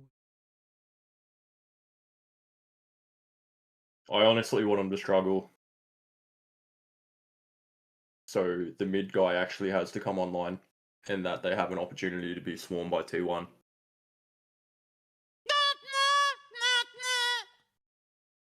Thank you for following. James. Okay, here we go. We've got our 9 kings. Been decided. Beatles is up there as well. Key player.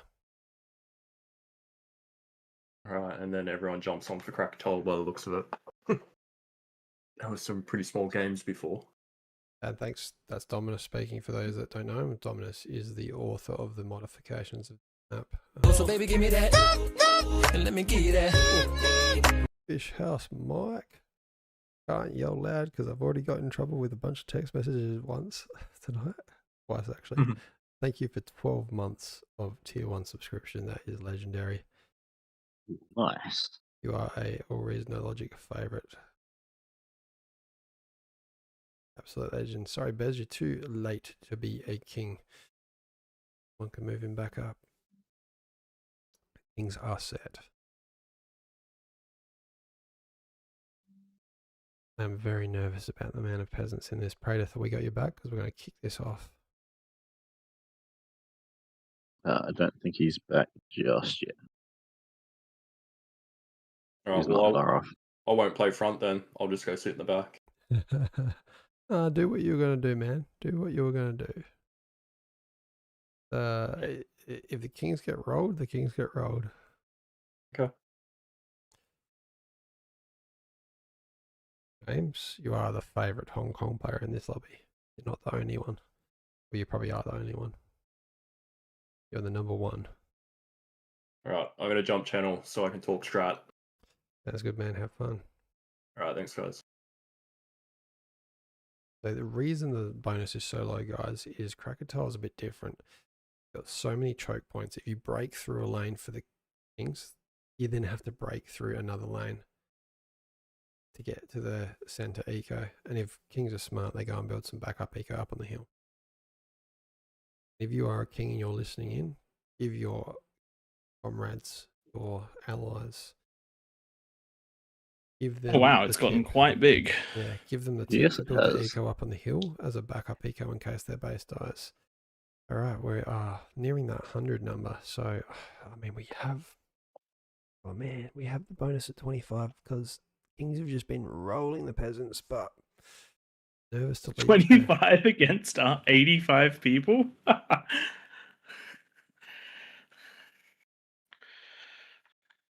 We're gonna start. Also, are we clearing turning Legion off? Yeah, turn it off. Thought that happened. Oh yeah, it has. It's just there were some people with the Legion flag, so I thought it might still be on, but it is not. I really do think we need to at least bump it up to like 26, 27. Every percent really does make a difference in this as well, guys. I watched some guys do it with 20% before this game, and they had advanced geos with T2 coming out of their labs. All the mechs is upgraded. There's just so many people that have joined. Yeah, I think we. I think 30%. I've 28 then. Okay, 28 it is. And 29 for the 3 chefs.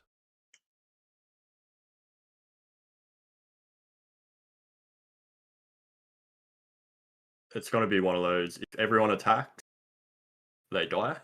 But if they don't, they get big. I do think this will be. Just given this, how many new there's 2 names that I see there that I reckon. There's 3 that I recognise. It keeps changing the 3 chef back to 28. I'm putting it at 29 on purpose. Yeah, it's probably me. Okay. I just started at the bottom of the list and started going up. Cool. Well, this should be a holy moly. There's 93 peasants. This is going to be massive. This is 100 players. Did we thank Fishhouse Mike for the 12 months concurrent? Yes, excellent. I'm just having a look through there. But honestly, pray thank him again yourself. You're an absolute by not being here. Thank Fishhouse, you've been supporting us for a year. That's crazy, and we appreciate it. We really appreciate it. Oh yeah, I disabled Legion too because it was still on. It's still showing some icons as Legion. They shouldn't be able to select it if it's not enabled, so. Looks like it's staying at 28 bonus, and it's 101 players. It should be a big one. Bunch of Dalmatians out there. Right. I should stop streaming because I'm not really streaming to anything, am I? You're not. In fact, you need to for them to be able to start their stream.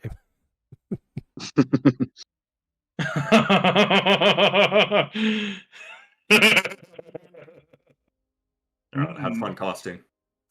Thanks, Dominus. So. Yeah, I've stopped the official stream. Yep. Has been stopped. They're not going to be on our end screen for the rest of time or anything. Definitely not. Definitely not.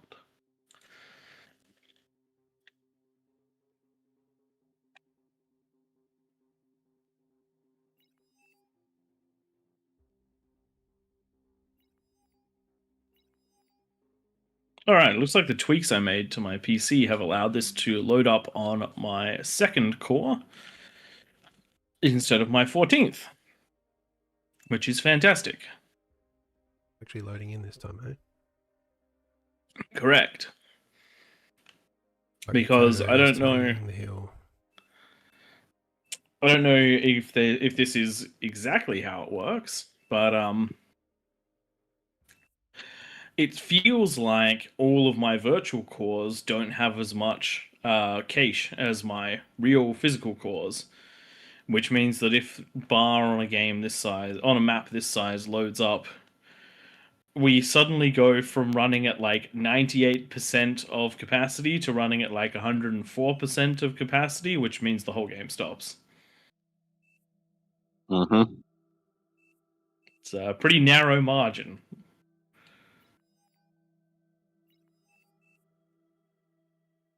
Oh man, I think Everything the is Kings fine are. until it's not. I think the Kings might be in trouble. I think they're going to be rolled, and I think the bonus had to be like 32, 35%. Even though the last few weeks of that, You got to remember that dominated. every week we've played this on stream, we haven't had enough players. Now we have more than expected. We played with 50. 70. 50 is not enough. Did we? When did we have 70? No, the first week of the Kings winning it. Oh yeah, but we were still unbalanced then. We still had in the first week where the Kings won, we still had the Geo guns that were absolutely holding the ramps on their own.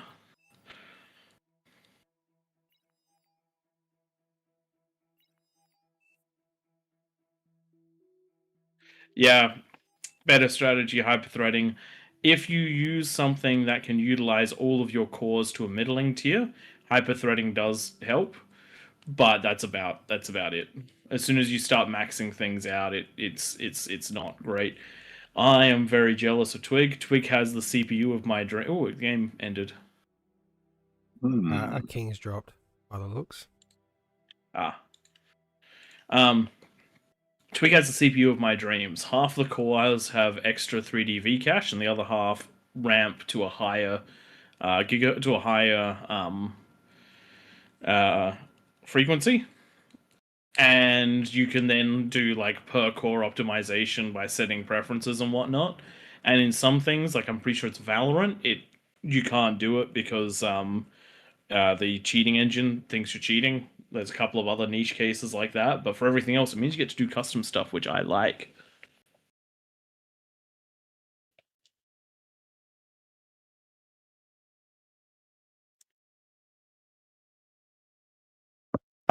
All right, we need one more King, people. One more King, please. Do we want to bump the bonus up to like 31? Yeah, that's just King's going to be.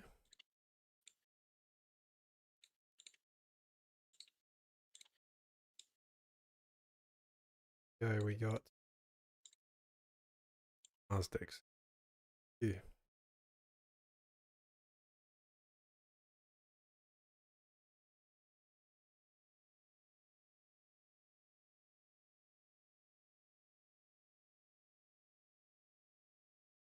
Raw dog. How's the lava work in this map? It just drops at 10 minutes.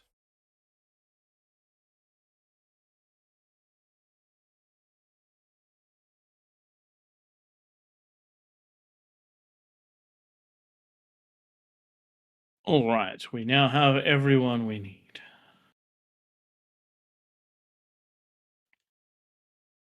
Better strategy. You have my problems as well. You've got other people in the house that quiet. Or is it just personal preference? Oh, it's Tom being quiet so Ryan can sleep. I'm asking better Oh, no. strategy. Ah. Reading the chat. Okay. We are back up to... Oh, we're at 99 players. Come on. I want 100. I need one more player. If I do this, promote. Oh, Look, I'm about the to start lobby's full. specking people. The lobby's full, but it's capped out at 100. Okay.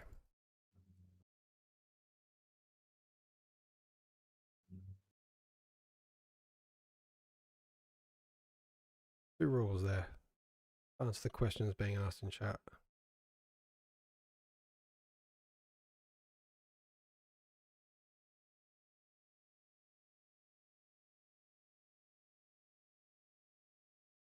Better strategy. So I'm talking about the 9950X3D, which has got 16 cores. 8 cores have the 3D V cache, and 8 don't. And for me, that's very fun. The version 2 of that, all of them have the 3D V cache, which is better. It's just outright better. But I kind of like tinkering. And the nice thing about the Ryzen CPUs is that they are all vaulted and spec'd to basically to hit what they say they do on the box. They can basically, all of them can be undervolted, and you can get more performance out of them because they very much so like less voltage for better temps, and then therefore higher, then pushing them harder for higher frequencies. So you can do a lot with undervolting on a Ryzen chip.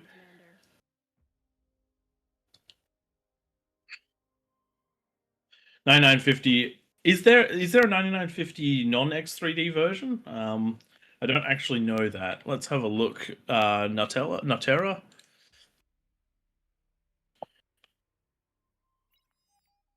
Tansha, why not we're streaming on the official? Yes, there is. It's because the Nation Wars is starting in 20 minutes. Having a look, it looks like there is one which doesn't have the X3D stuff, and clocks much higher. I still think that the X3D one's the right choice because you get 8 cores that clock higher and 8 that have the 3D V cache, which is just the best. Now the V2, they all clock high and have the 3D V cache, which is technically better, but boring. We have to remember to turn off the wait for your whole team to load in for these games. There we go. Peasants all drop at once.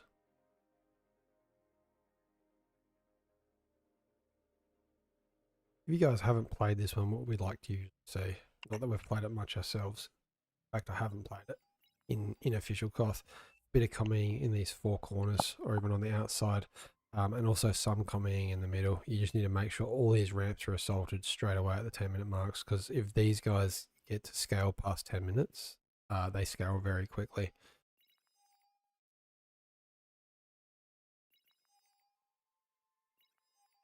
Post these rules again.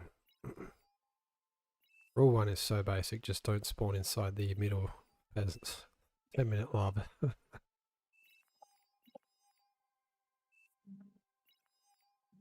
And Danasha will be raiding over to the official either after this one or the next one, depending when they start and depending when we finish. We might have time for one Raptor Crater after this one. Well, it depends on how quickly this one goes. I mean, yeah, it was a 2-hour game. Good night.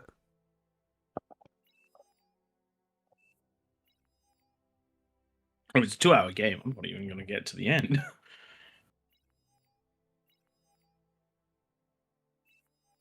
Hey guys, get ready. I'm going to force start this one in a moment. There's just a couple red dots still on the right hand side. I can see there goes one disappearing. I think that's everyone loaded in. Nice. We're going to have 98 players, I think, in this one.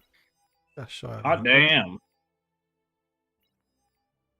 I'm so sad. I was going to make so many Dalmatian references for the 101 player game.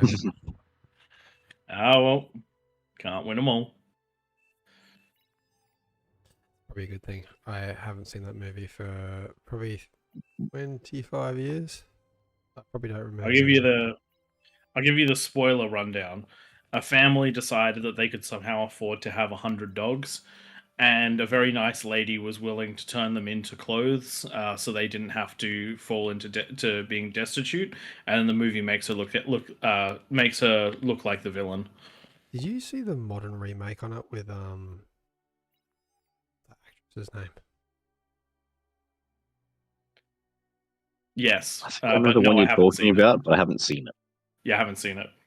It was Very interesting. I actually didn't mind it.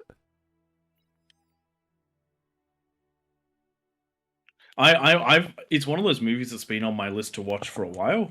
I just never get around to it because it's called Cruella, isn't it? Yeah, that's right. Oh yeah, it's played by Emma Stone.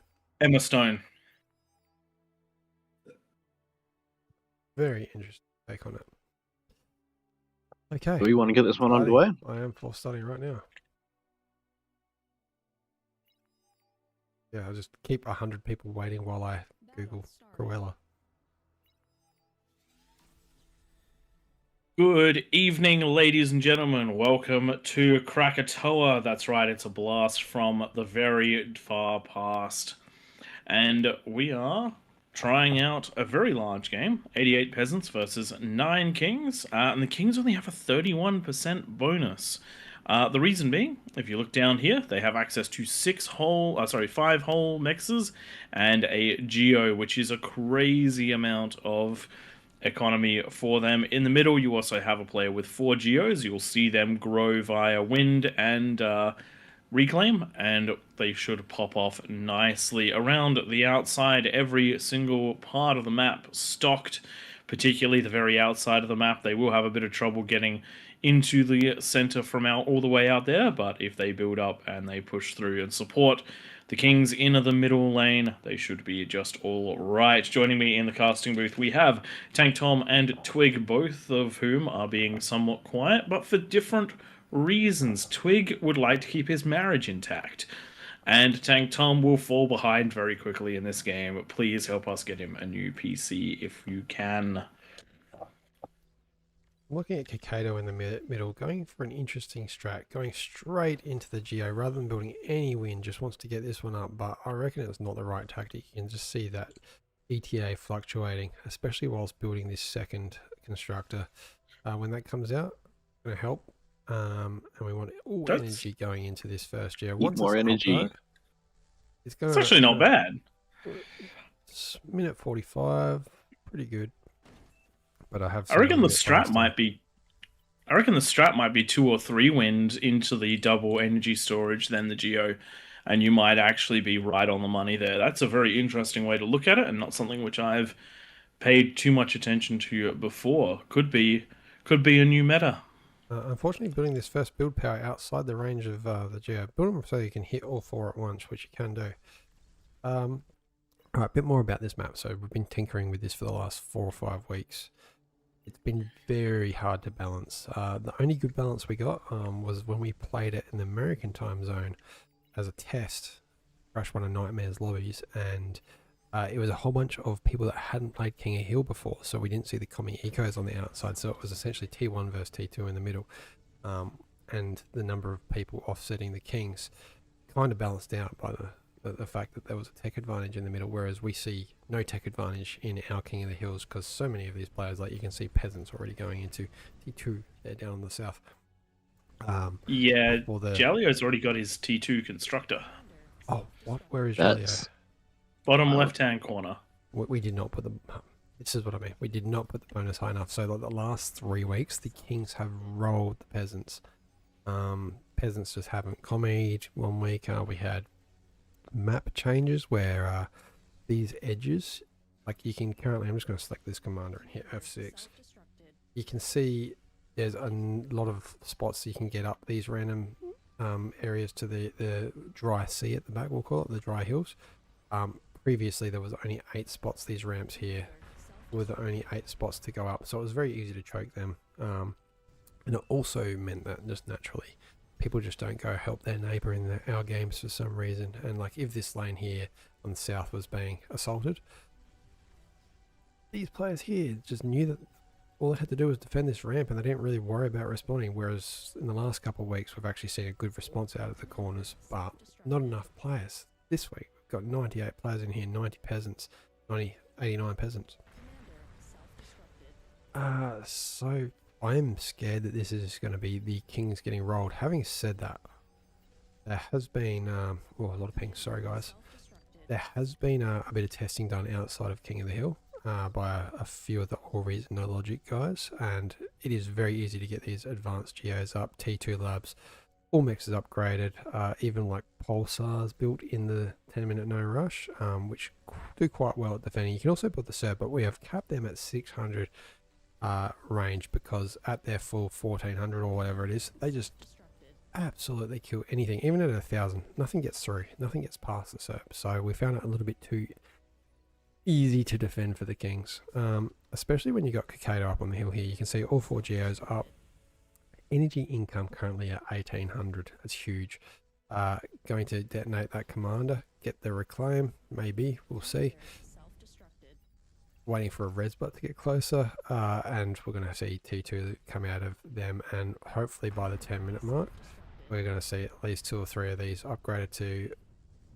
I actually reckon you could probably get all 4. Yeah, upgraded, as long as there is enough constructors building the conversion. And if we see a bunch of butlers come out, that's probably a great thing for them to build. The butlers, of course, can build wind and energy. Sorry, and energy converters. Guys, I should be shutting up, so I'm going to hand it over to you. We've got our first fusion coming up for the peasants. That's I'm guessing that's the bottom left-hand corner. Just came Yeah. online just there. 5 minutes 41, considering they have only a single mech, is pretty impressive, and that corner should start rolling very hard, very fast. Now, what's... And we're also seeing some impressive economies in the mid lane, where we do have those T2s coming down now. With the fusions coming down, they should be up with plenty of time to get units out as well. Some of the areas a bit ahead of the others, but that is to be expected.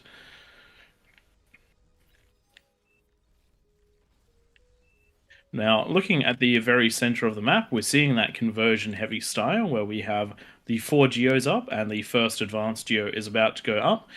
The T2 lab does need to be reclaimed for that extra bit of metal, but we're seeing that with the advanced Geo coming down, now we're going to have the energy storage is done as well. Not going to be enough conversion with that down, so we're going to have to see all of the butlers going into that conversion building as well. And that's how the middle sort of scales. It's all about that T1 conversion early on. He needs a metal storage just overflowing there for a little bit, but you can see the energy is staying down just because building these construction turrets, they cost 32 energy each. So that's a huge drain. Which is going to be handy. Yeah, butlers coming up. Kings, I'm so surprised. Only one player, Witcher, going and building backup economy on the hill, which I recommend every single king to do. You can see now Mars is doing that as well. Because, yes, you might fall. If you have a backup eco, it's actually very easy to defend after one of these lands falls, and that's part of the reason why this bonus is lower than we see in other King of the Hill games. Because, I'm just going to select the unit again, hit F6. You can see, most of this is not traversable even by units. You have to come back up these hills here, these ramps here, like just a few beamers around here. Really stops them. Even putting like some persecutors up on the hill is completely fine because they cannot reach enemy eco. If you put one of those on each of these tips, it does very well at defending the bases. So if the peasants do get through, then they're only going to essentially take out one king at a time. Very easy also to defend in between the king lands. Just build some walls, build some beamers, twin guards, etc. You're going to stop the spam. And then those pop-ups for some bigger stuff. Okay. This looks like it's gonna be tight. We got 1.5 minutes left. I'm bandboxing. I'm only seeing 70 units, which isn't heaps. I'd like to see the peasants start building units a lot earlier. I can see right now Dominus on the bottom of the lane. Double fusion going into just blitz. Getting that second converter out. They're going to have a lot of blitz to start with, but they're going to be against quite a heavily defended lane. Having said that, no units coming out of this player. Yeah, I actually think he'll get through. Pounders are going to do well as well. Keep an eye on that bottom left lane at the 10-minute. Anyone huge? It doesn't look like there's anyone too huge at the moment.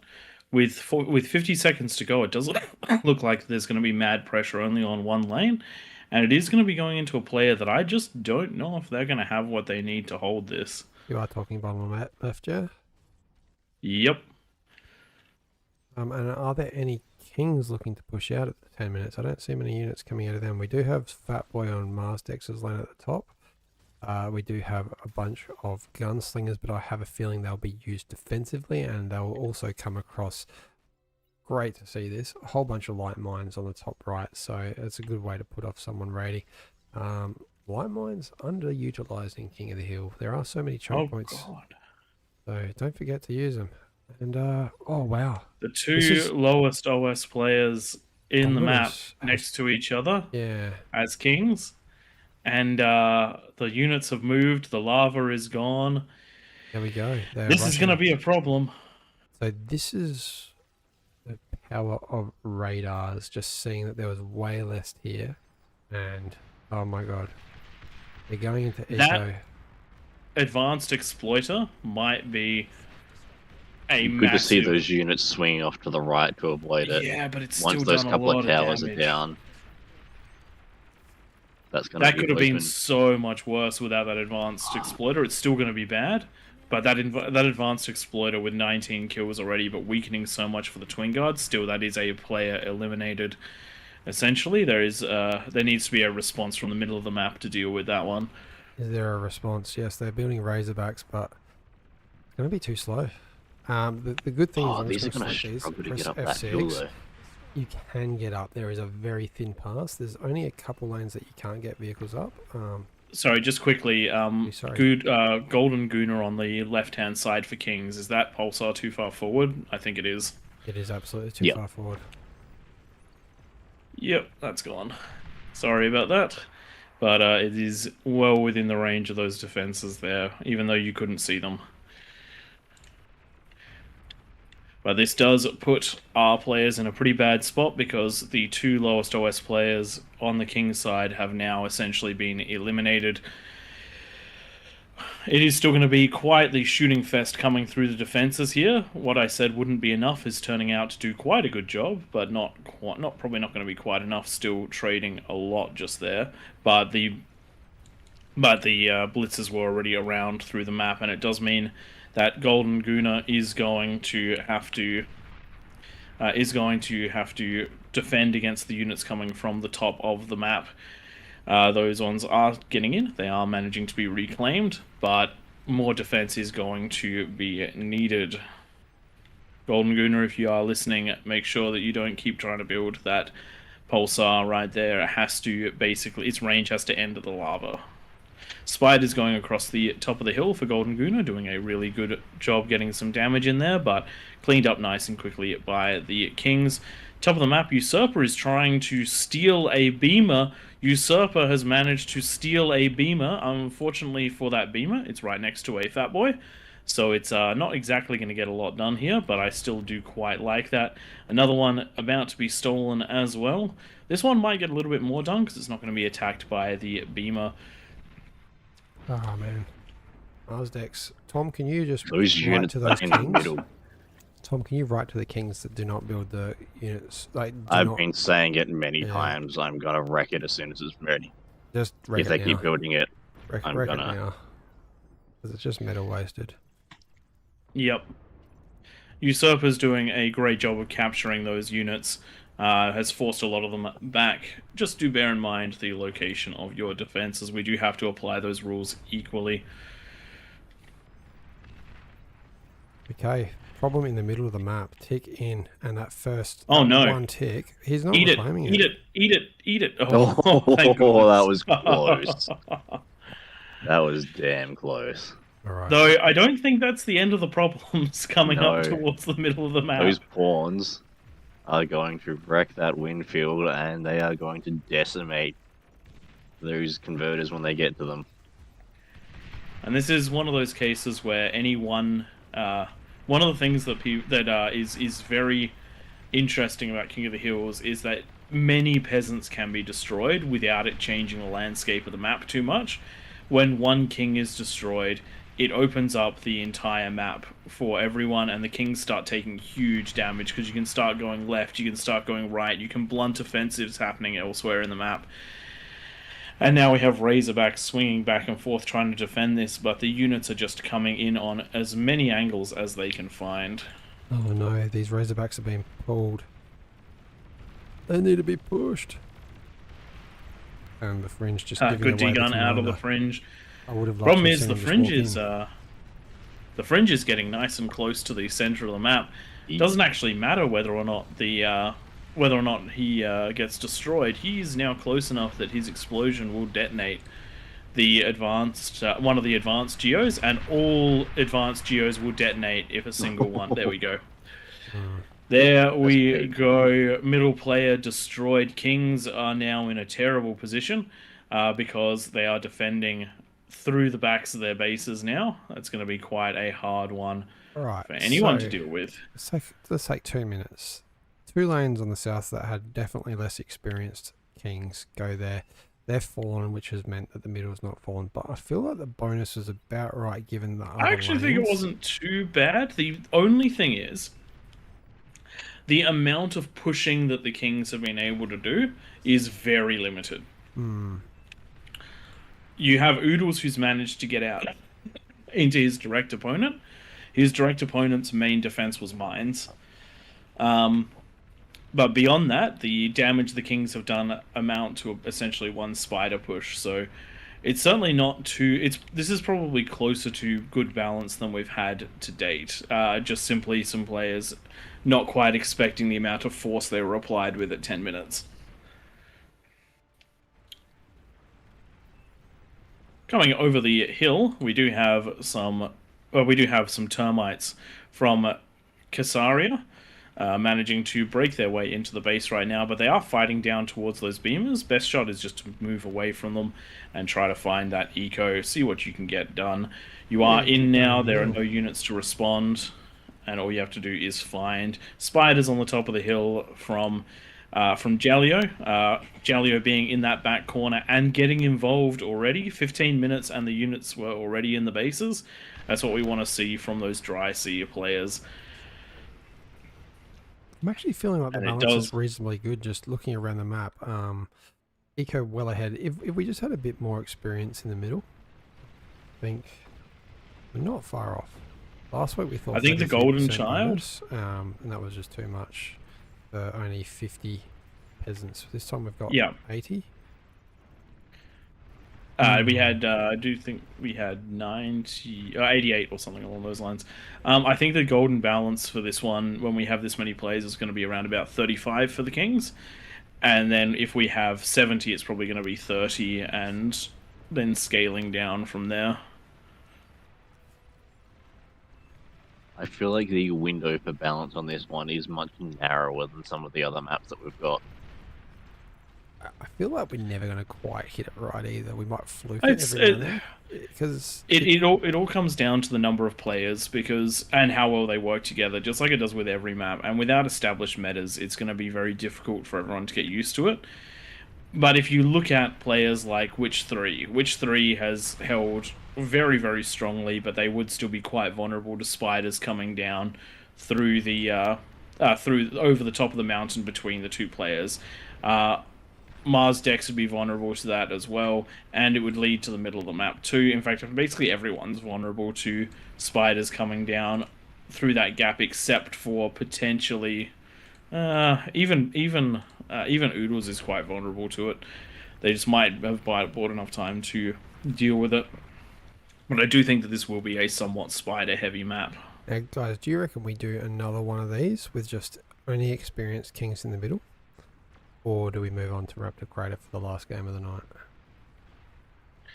It depends on how many people stay. If we keep the same sort of numbers, I think that we do another one of these, and we just force high experience into the middle of the map. Yeah, because I'd love to see this with high experience now. If we had all lanes protected. More spiders coming over on the right. They're going to find this eco. We do our best. Tanasha. On the more established maps, we are reasonably good at it. We don't get it right every time, but we're good at finding the average. Like the average, you'll find a very strong win from one team or the other, even when you sit at the right bonus. Just because We all know it's true. On Raptor Crater, if every single peasant builds 20 units or so, the kings will lose no matter what the bonus is. It's just a fact. There's always going to be a gap somewhere at 10 minutes. If you can exploit that and open it up, Yep. then it's basically open season, and you can keep pressuring wherever's fallen. But when you look at only one game, it's very easy to think that we get the balance wrong, and because sometimes we do. But in this one, I actually think that this is a lot closer than it would have looked, because this map is probably going to be one where we, for a very long time, where we have to force essentially pro King of the Hill players into the middle because of how much more there is to do here, because of the additional eco and how many attack avenues it is and how close the opponents are. But we'll get it. We will get it right, because we're getting closer and closer every time we play it. I'm actually quite happy with how this one turned out, even though it looks like a bit of a wash. I feel like this map is probably less forgiving if you have a build that didn't quite work out. So, like, if you don't get a fusion up, if you don't have your units and defenses up and ready to go at 10 minutes. Whereas on something like Raptor, as long as you've got most-ish, and the lane next to you doesn't fall, you can get some support. Whereas in these ones, you're kind of on your own. There's not a whole lot of support coming. At least it's in that very first easy. Wave. It's very easy for a friend to help you in Raptor Crater. Here, the help is about 20 to 30 seconds away. Which, as we know, for a good push, is long enough for it not to matter.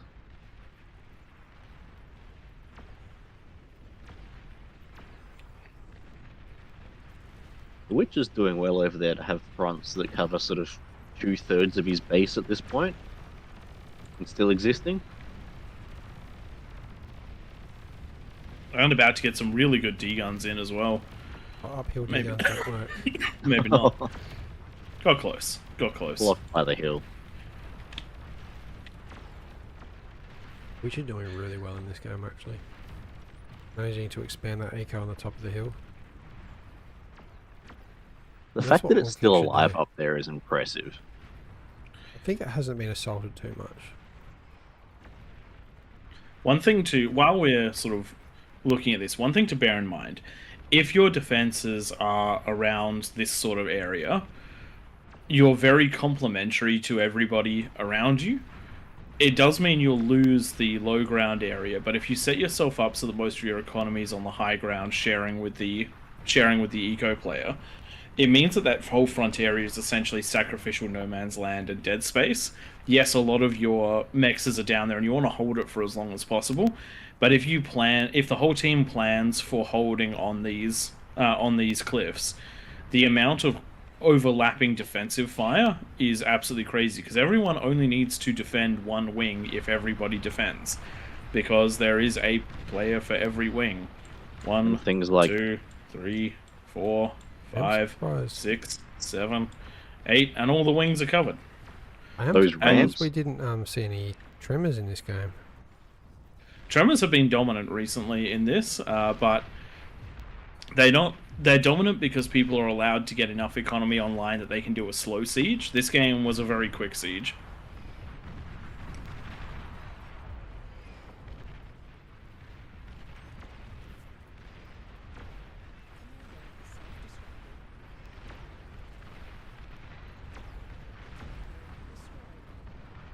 These last few players are doing quite well to hold out, but I just feel like, yeah, the 1000% advantage that the It's Doesn't seem 1000 like it. plus percent. It's Yeah, actually sure. closer to 2000%. it is. You're right.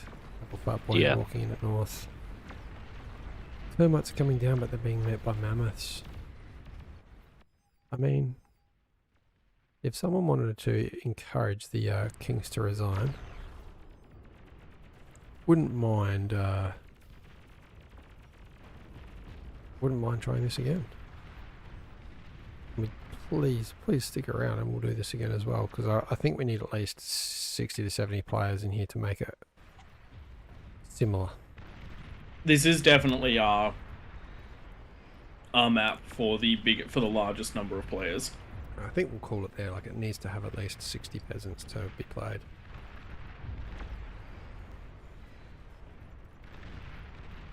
Yeah, it's kind of like Raptor Creator. You need that minimum number of players to make it viable.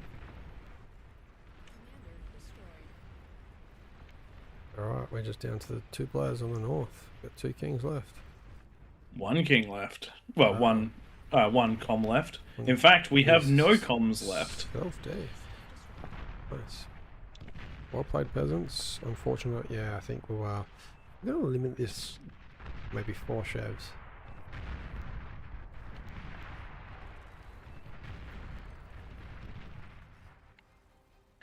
All right, ladies and gentlemen, let's queue ourselves up for the next one.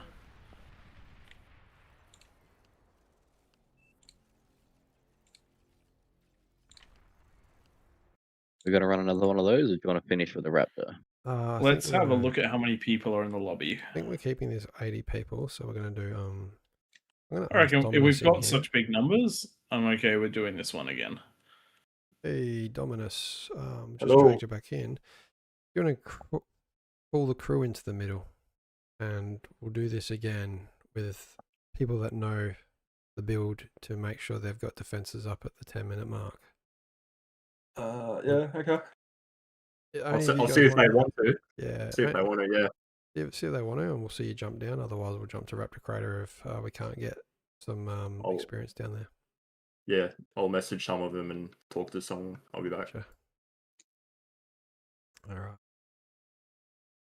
So, guys, we're going to take away those bonuses. See if we can get those other guys down there.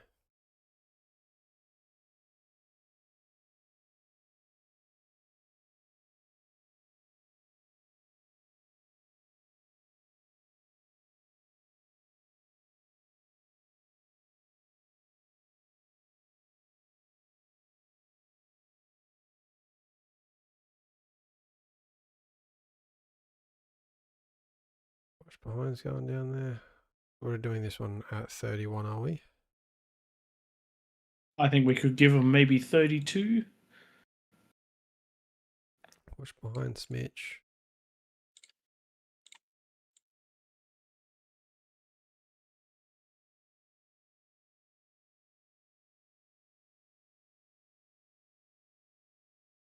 No, the others are jumping down. Potentially we're jumping to Raptor Crater or...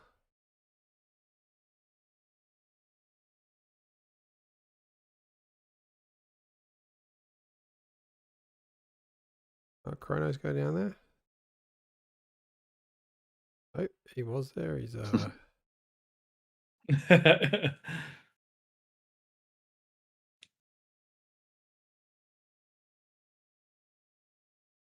What is Dominus doing? Nope.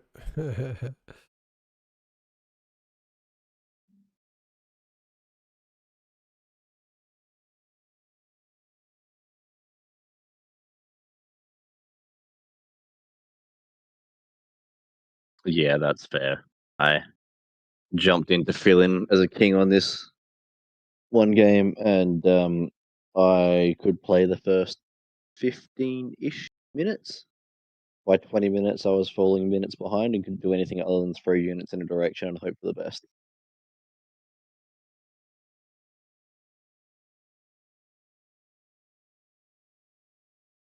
I think we're going to just drag those 3 bottom ones out. We're only going to go familiar faces for this, just so we don't have leaks. There you go, douchey bags there.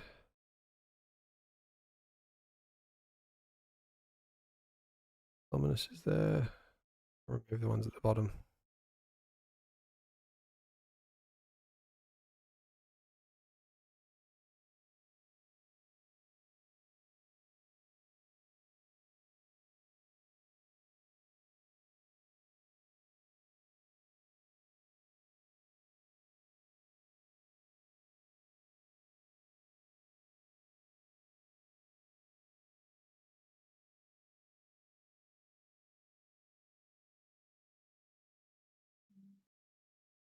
People jump down there, or do they have to be moved?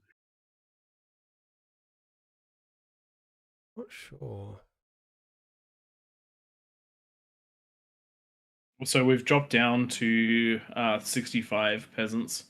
Alright, well... Team 2 is locked. at the moment, so people can't join it. Yeah, just let us know if you want to. If you, it's not unlock command; it's a team one. Yeah, it's the team that's locked. So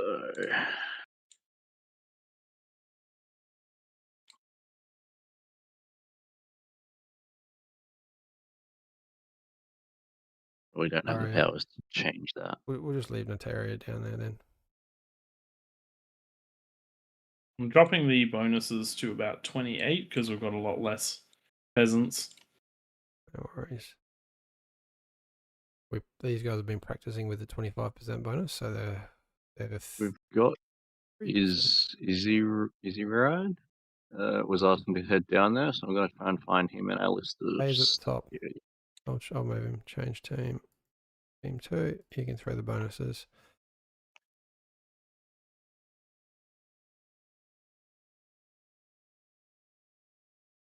There we go. There we go. Alright, we've got our king. So guys, don't let the OSs put you off. Saw how easy the peasants won last game. Build the units. These guys will still fall. They've lost 4% bonus, or was it 2%? Were they on 30 last game? They've lost 3% bonus ish.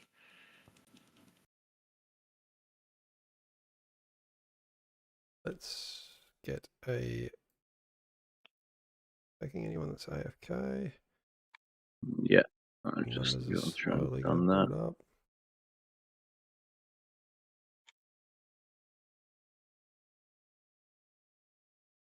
There we go.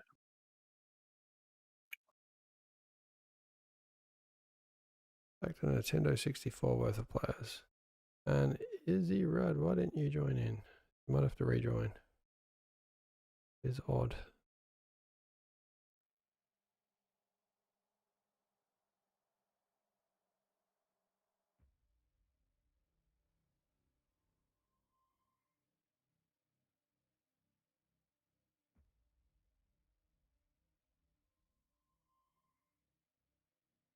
Welcome, Commander.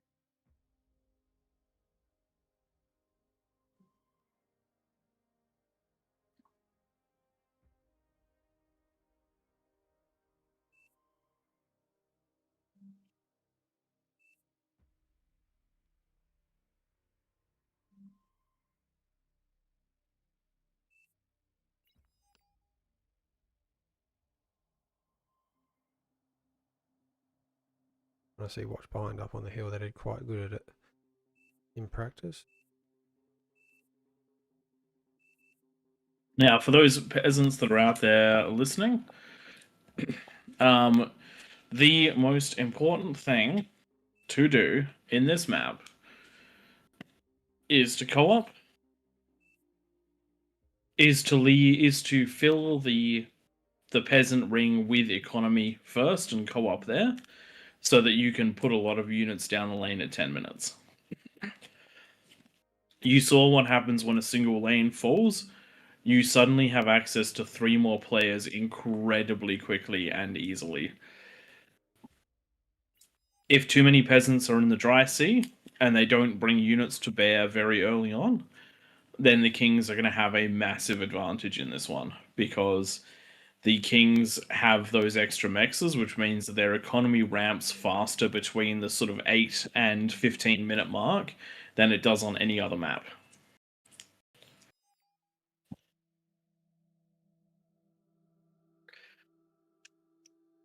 You have been warned. G'day, Sam Dorr. Yes, we have a new map in the rotation. This one's proving to be quite a pinhead when it comes to balancing, but we'll get there. It just makes me so grateful for how easy, well not easy, but how much more easy Throne and Raptor Crater were to balance. I think some of the critical elements with those maps is how large the no man's land is, and how balanced the number of mexes are around the map. It essentially on both maps is a 3-to-1, is between a 3-to-1 and a 4-to-1 ratio of how much metal income the kings get without a bonus versus how much the peasants get without sorry, how much the kings get with a Yeah, without a bonus versus peasants get without a bonus. Which means the bonus brings it up into a degree of parity when the kings get more scaling power.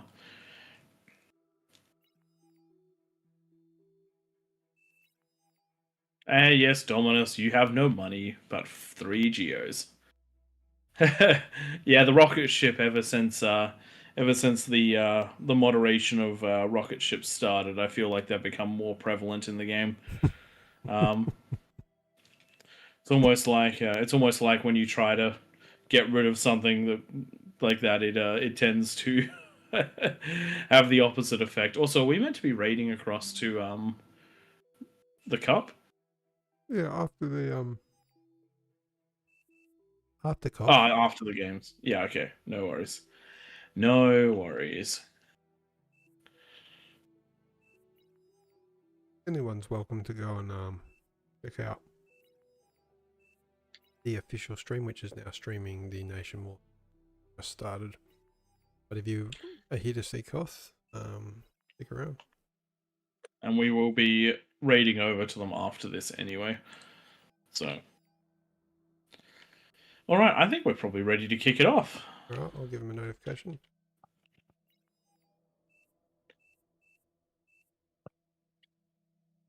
Paste the rules one time.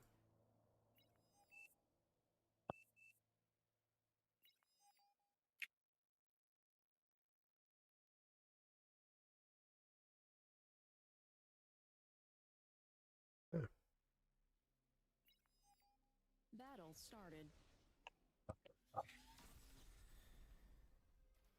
Good evening, ladies and gentlemen. Welcome to Krakatoa, where we're going to be trialing some new things. Will the kings in the middle of the map spread out like an unstoppable wave of ash, burying everything around them? Or will the peasants manage to rise up and push them back and stop that volcano from exploding? I guess we will find out. In the middle of the map, we have stacked it with some very experienced kings because of the sheer devastation we saw in the previous map, where the peasants spilled into an inexperienced lane and just dominated the map. And the kings never really got a chance to play.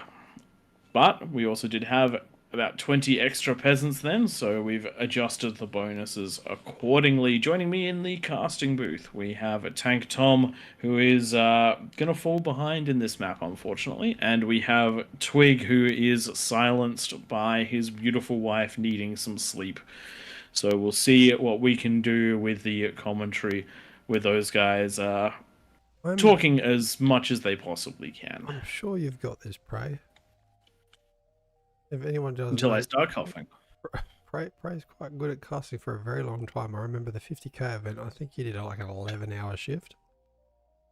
I think I did a 6, a 3, and then a 2, or something along those lines. With something like a 10-minute break in between each one of those.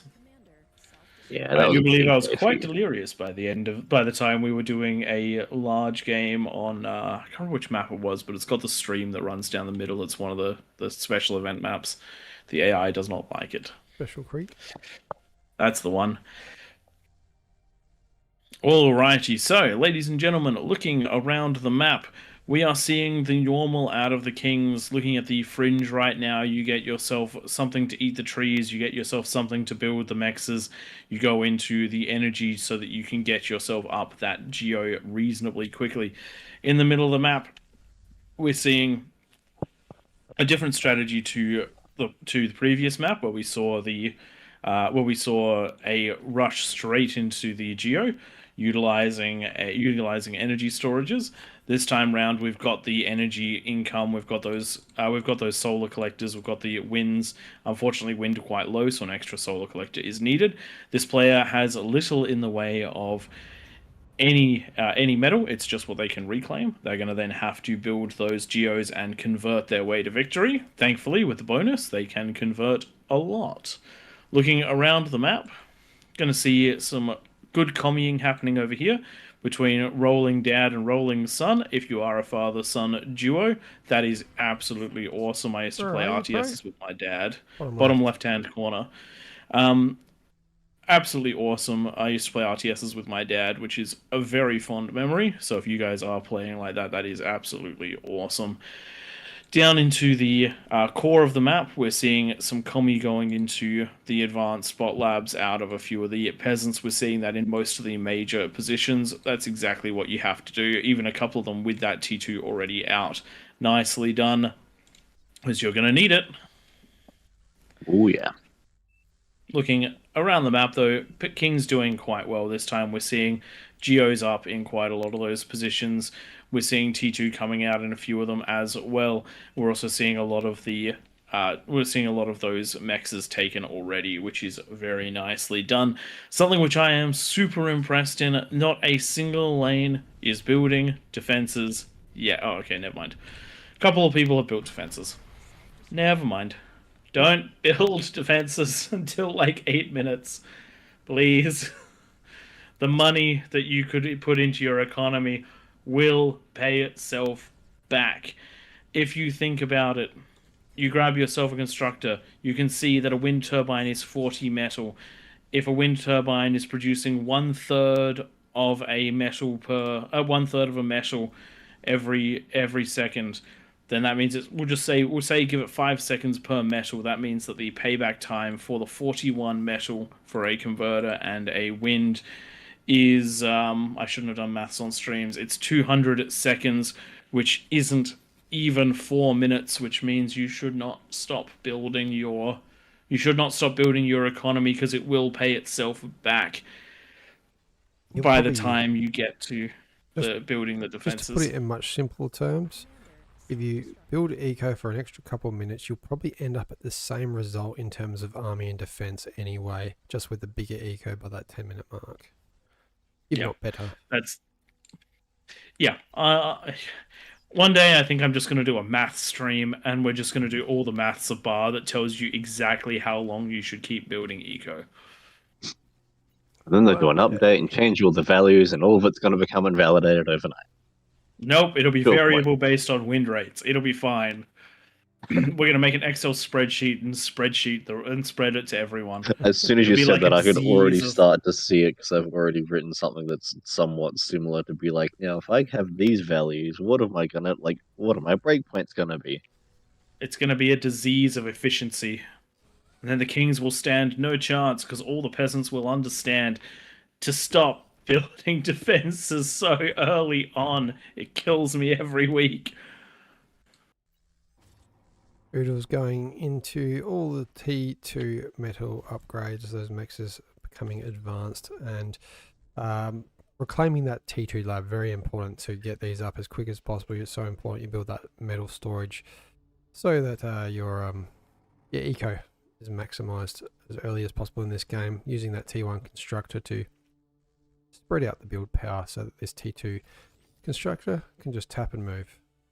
Hit an N, moving on to the next. Now that is quite a far forward advanced geo. I'd almost love to see this as a Serb. Speaking of, let's do some updates on this map. The Serb range is only 600. The reason is because we had it at the original 1400. It dominated. We had it at a reduced range of 1000, which still took out, I don't know, let's just look at Oodle's base for example. It still took out like even further than that. It touched the cliffs. We reduced it down to the range of a Sheldon, which stopped all T1 pushes on every lane still. So we've taken it all the way down to 600, which pretty much allows kings, if they want to build a Serb, just to defend like a fusion or something hidden behind it, rather than just absolutely defend against everything at the start of the game. That is why it's been reduced. The map divided by these hills. Spiders can still get around. Tremors are great. They can shoot up and over some of these locations and take out eco. So a little tip for the peasants: once you've got your initial eco set up in this inner area, go and send some constructors out onto the dry seas and build a backup eco out there, because if you do happen to get pushed, your eco is probably going to fall relatively quickly, and keep those frontline bases for your unit production. What else? We have put the bonus at 28%. 28. 31 last game. We had the peasants absolutely roll through the kings. There were 90-ish, 89 peasants last game. This time we're at 64. So, yeah, 64 dropping down to 63 now. Someone has left the game since we started. That meant an extra com going to a peasant. How kind. And you can already see the difference in the in the bottom left corner. We did have Jalio here in the last game. They're already up to about their second fusion by the 8.5-minute mark, which is crazy. That was with a double commie eco. And I just want to point out, it's now 8 minutes 43. Minute 15 left for you guys to start building units. Whoever hasn't started yet, there's only 79 units there at about the same stage. We were over 100 last game. You want to be raiding these guys from the get-go. You need to get in there. You need to do things. At least a lane or two needs to fall. And is your dad going into an AFS instead of defenses? And I think these pawns could actually do quite a bit of damage if their opponents start getting up Yeah, there. that is not going to be up in time. Yeah, that's a scary prospect. It does have a boatload of metal in the map, but doesn't have any build power to defend. Doesn't have... Oh, it does have a radar, so knows that there's... I mean, they can see it. Why not drop more build power? Yeah, that lab is going to be up at about 10 minutes, which means that if there was a whole bunch of units, this would be rough. Yeah, great response would be building... Is it Cortex? Yeah, build pounders, T1. T1 pounders. Everything. Pounders for the win. 5 You only seconds have left, one people. entrance. They are so strong when you only have one entrance. All right, 10 minutes. Lava is dropping. Let's zoom out and take quick stock of the map across the board.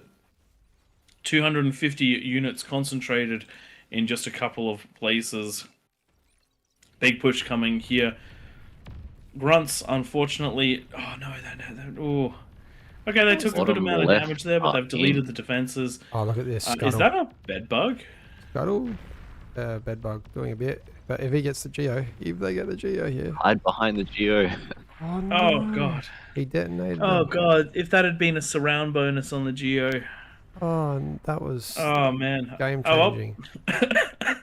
Looking at the top of the map, it does look like the top of the map's having a bit of a skirmish right now, where we have Sheldons against some Shell Shockers. In this situation, I actually think that the if there was a little bit more help from more of the peasants around, we could see quite a push in here, because Sheldons do not walk away very quickly. Something like Blitzers would push them right the way back. But it does look like a fairly uneventful first 10 minutes. It could have been a complete and total crushing of one of the King's lanes, but it has not turned out to be. Do have a couple of the termites trying to work their way into the King's base, but they have not found. Go straight up the hill. Forget about this base and just keep going. Oh, yeah. If you can get the mech on the way through, by all means, but that's not your biggest priority. That's it anyway. Just head to the middle of the map. Go. I hope that no one follows. This lane was so susceptible to going down. Oh, Yep. God. If those weren't self-detonated, if they were just surrounded, that would have 100% killed that Geo. They don't have much health, those Geos. Could you imagine if all of these beamers had been eco for the first, like for another 4 minutes, and then the rest then had been turned into units? That would have been a dead king, no questions asked. How are these commie corners going? Have we got any huge peasant ecos in the corners? We don't. We've just got the rolling dads and rolling sun down the bottom left going into an AFIS. Go on, hit the conversion. Those termites are going to go down to those fiends on that bottom left. Yep, the termites have done a pretty good job. They could have done. There's a lot more they could have done if they'd. But you can only do so much with the information you have. Left side, we do have a large push out of fiends and mammoths going towards the peasants. Beamer's doing a good job of defending this, but the mammoths are going to massively overpower them if they keep going. No response out of the players above and below. Below, that kind of makes sense, though, because we do have termites coming over the wall, so they have their own problems to deal with. Peasants, you've got to work together to defend these things. If you are on your own, if you're building economy, if you're building towers, you're probably not going to be able to defend this, because towers, one player's worth of towers is not going to be enough to defend this. Oh no, I need Towers the work. comms down. Don't go down, comms. Don't. If you're going to go in, because you've just blown up half of the base and all the defenses. Ah, that's and two all the building comms power. train reacting, and this just Yep. makes you sad how little friends are helping out. And beamers aren't going to outrange mammoths unless these mammoths are poorly microed, which is what's happening. It's alright, they take like a second and a half per percentage lost. Nice stuff. Peasants in a going bit of with their trouble D-guns. Now for those mammoths, they're going to be doing quite well. There you go. First one goes down, and they're going to be pulled back. But the termites going to be a big problem. Stormlord getting there, coming into position. It is very important to help out your friends a little bit early in this, before the base dies. All right, that's all going to get cleaned up. Let's zoom out. What else is happening down south? Huge push out of Watch Behind's base into the peasants, but similarly, highest OS King is the raid getting pressured. These hounds doing things from distances. I'd love to see some arbiters worked into this, and just take out that geo. That geo, if that pops, bang. Yeah, if the Geo goes down, it's the entire base goes with it. Which is one of the nice things about the Geos. Couple termites finding their way into Psycho Pew Pew's backup base on the right hand side of the map up the hill. You can see taking out the build power. Oh, that's Build a power nice is the little correct push right options there. to- The thing is, they What are you have basically free reign to go either down to the base above, down into the base below, or straight into the middle. And this is the thing, if you can help get a couple of spiders across here, the difference it can make can be huge. Because this is only 2 spiders, and they're up against a couple of twin guards. If there had been 4 or 6 spiders, they could have just walked straight through to the center of the map. One of the big things it does is it forces a response. You're Yeah. pulling units away from a front line to deal with the units that have managed to make it into the bases, which means that the front lines are then weaker for that period of time. You know, the couple spider pushes up onto the hill, we saw it on the left earlier in the game. It's resulted in Dominus building twin guards all the way around his base. I love to see it, and you can see more being put up there as well by Bag, who has perfectly built that eco up on the hill. Spiders Most on of the these bottom side kings. into Watch Behind base. Ooh. If only they get to the Geo. They're not going to, but there's a good amount of build power popping there. Just doesn't get that max. 0% And left on that mix. The coordination right now, with the units being pulled back, the spiders are now getting rid of all the defenses on the front line. If this had been coordinated just a fraction better, they could have wiped out all of these beamers and been in a really good position to find more ways into the base. Still doing a good amount of damage now, but you have to pick and choose what you're going to do. Right now, these recluses, while they're doing a good job of getting rid of those defenses, if they Where are had we, pushed guys? in bottom of the map Bottom at side. Watch Behind space. Yeah. The recluses, if they'd been used to push on the right side of the base while the termites were in the left side of the base, they could have done a hell of a lot of damage.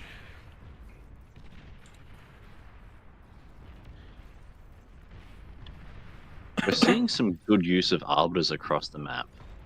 Sheldon's now out here. Are we going to see sharpshooters? So we still have a couple of sharpshooters out of Watch Behind, so they're going to be able to deal with these Sheldons. Smitch has done well. Smitch is probably the first king to properly clear and not have any resulting pressure back on. Unfortunately, an Aphis about to go pop out of Derpy's base. We've seen, there it goes. No, one more shot. 3% left on that. Derpy should just be The thing running is- their commander into these T2 units. Where is the help Far left. for Derpy at the moment? Yeah, no one's reacting once again. You can see what happened at the top here, how much defense is up here from the team helping. Stormlord's base is now fully rebuilt in terms of defenses, so that's been plugged. That's what we need to see on the right in Smitch's base, and that's what we need to now see on the left, where Derpy's base just got annihilated. And if you have a look over here, that entire attack is being on the right hand side. The entire attack is being stopped because a player's coming and cutting the reinforcements off at the one and only place the reinforcements can feasibly come from right now. If the top right hand corner gets online and sandwiches these and sandwiches the units or pushes them all the way back into Smitch's base, it frees up the peasants to continue on. Whereas if the push is just allowed to happen, then it will go through and keep crushing peasant after peasant after peasant, because it is happening one at a time. Big termite push. Big push of termites. It should get to all of this as well. All that big power needs to be just put straight onto units. This is bad, yes. P-Jack, you're going down, boy. That sharpshooter's not even going to get a single shot out. Probably putting down a whole bunch of beamers would have been a better reaction here. We do tend to advise against going the super heavy beamer strat, just because you won't be able to get enough of them up in time to stop that attack. But this is one of the things about King of the Hill. There will be attacks that a single peasant just can't stop. Things like all these termites coming over the hill. You can't prepare for absolutely everything, and this is where the players on either side of you need to be able to get in and help.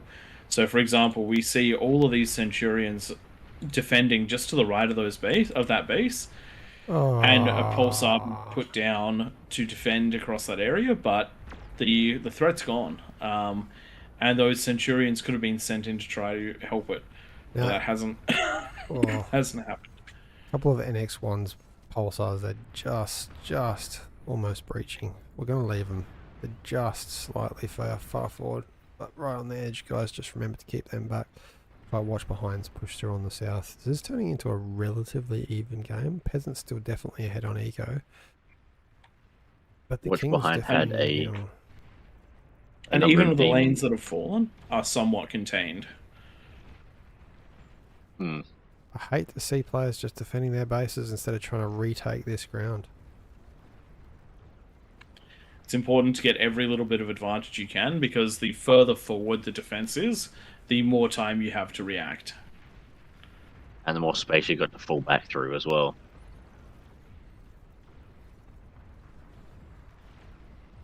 Make sure you build the right units as well. Like, hounds are not the responses to spam. These Centurions are just going to clean all of this up over here as it pushes on. OCTV, just walking some termites past Israd's base in the bottom of the map. That little gap where the demon is had about 30 seconds to destroy that entire section of converters. Was shooting at the Scorpion instead. In those Micro situations, is so important. if you're going to lose your unit, you might as well lose it next to something that's explosive and hope that the collateral takes it out if you can't finish it off. The funny thing is that the reason the Scorpion got up was because the build power existed. The build power existed because the advanced converters weren't being shot at. Yep. So they would have lived if they'd shot them instead. Big push now coming from Daoshi on the left-hand side. Demons backing up some T2, fighting into T1 plus a couple of Arbiters. This is going to be a rough hold for the peasants because that attack is also being backed up by a lot of Arbiters as well. I love to see Dominus handing out these demons to all of the kings. He's been doing it continuously whilst eco scaling in the background up to their 8th Aphis. And thank you very much for the follow, Goofer Jr.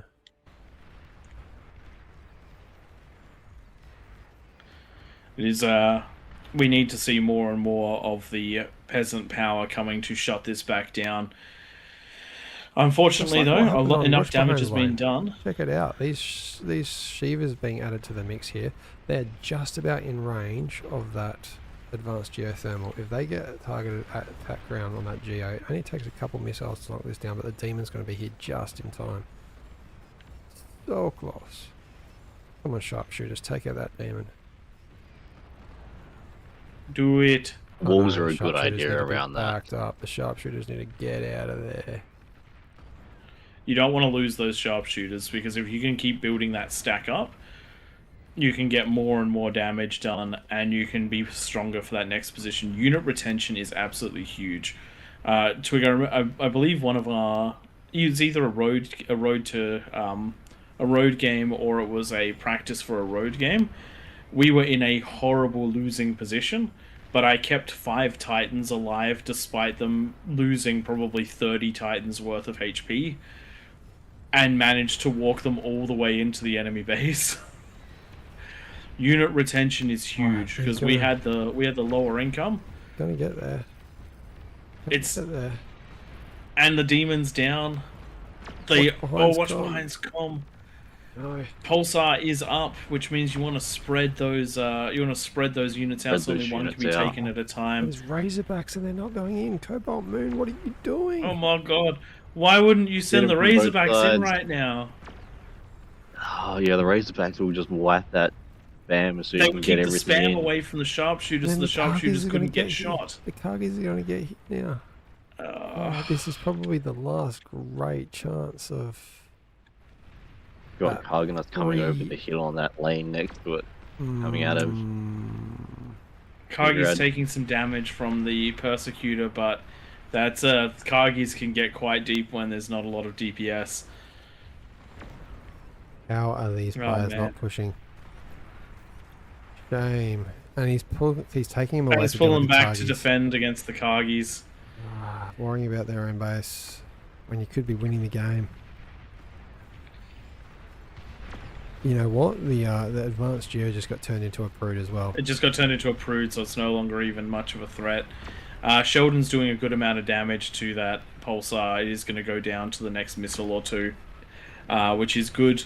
Plenty of T1 coming in. The snipers are getting good enough damage on. This is what we talked about with unit retention there. Efficiency is very, very high. 23 kills, almost all of those are going to be high value kills for the remaining ones. Just got to keep pushing in, got to keep doing the damage. More pulsars coming down to defend this. There is a jug on the left. Oof. Jug doing good damage. That is going to reap a toll. Go invisible, Thymie. It is important you go invisible for this, instead of walking your comm in to die. There we go.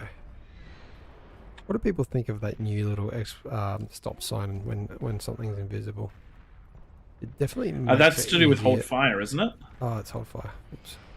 What do people think about that? Look, I think it's great. Visual indicators for anything are fantastic. I wish it don't was a think bit your enemy higher can see above the visual units. indicator, though. Yeah, I wish it was a bit higher above the units, because I find with bed bugs, which are so small, like it replaces the whole unit with just that sign. Okay, yeah, Izzy Rad has got huge. 10th AF is coming down. Using that jug just as a mental intimidation. Watch behind, still being pressured hugely. Kargi's now coming to save the day. Razorbacks still have So many termites coming from that lane to the right over the hill. I was going to say, at this stage of the game, if you are a peasant with a base behind one of these hills, build like 1 or 2 pulsars or bulwarks, just knowing that you might be raided over the hill. If you've got eco there like this... That is a massive raid. That's going to completely shift the defense here, and as you can see, just the handful of units being pulled back to deal with this. The timing of it really good. The defense is now solid. Economy is now exactly even, and that does not bode well for the peasants, because in the other games you could still get a lot of damage on by just attacking one king and getting a lot of chain reaction. Here, the kings are now holding still holding reasonable defensive positions, and the peasants are going to start potentially falling behind in the economy unless the kings start getting their offensive on in a really big way. And you can start to see the kings getting out on this right-hand side. They've sort of cleared that inner ring. Fish House Mike just realising what's coming and reacting. Probably needs to drop a couple LLTs around their base, because that's a lot of spam coming.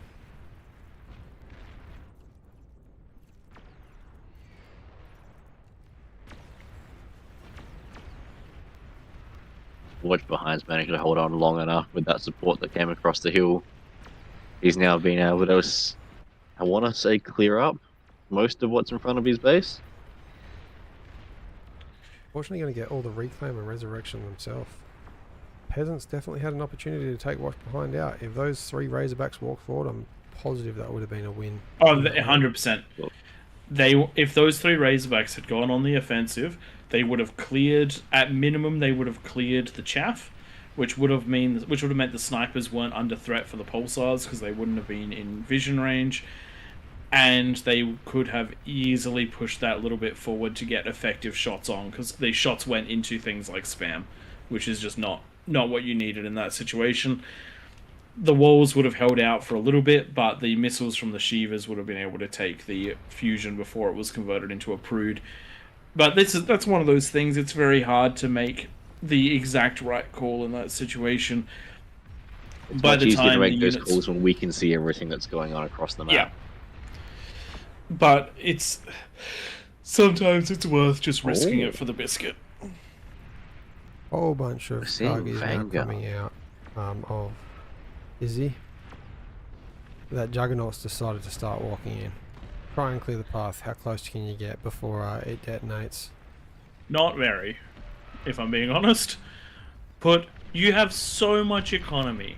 Why wasn't there more T1 spam than could blot out the sky in front of it? That's what I just don't understand with big expensive units like that. The number of times we see them going down because there's just nothing in front of them is crazy to me. They will punch through near on anything. Throw a wave of T1 or your wave of Fiends through first to try and clear out any comms that might be hiding. Yep. This has been a much closer game. This is standing up to what it needs to be. Giving enough time for these corners to get bigger. There are plenty of Aphises coming up, but like you said, the eco there is pretty even. King's slowly taking out bases. I feel like the absolutely unstoppable push from the Kings feels like it's starting to happen in that bottom side of the map. If that army value starts getting to ludicrous degrees, it's going to start getting a problem. That being said, on the top left of the map, we are getting the catapult siege going down onto Witcher. Witcher is defending with the tremors, but we know that the catapults can fire back onto the tremors because you can actually see where those shots are originating from. So if they can get a fire from effect onto that, they'll do very, very well. What they need is more spam coming in and more anti-spam coming in, and this is where we need players like Castero to join in, Zerg,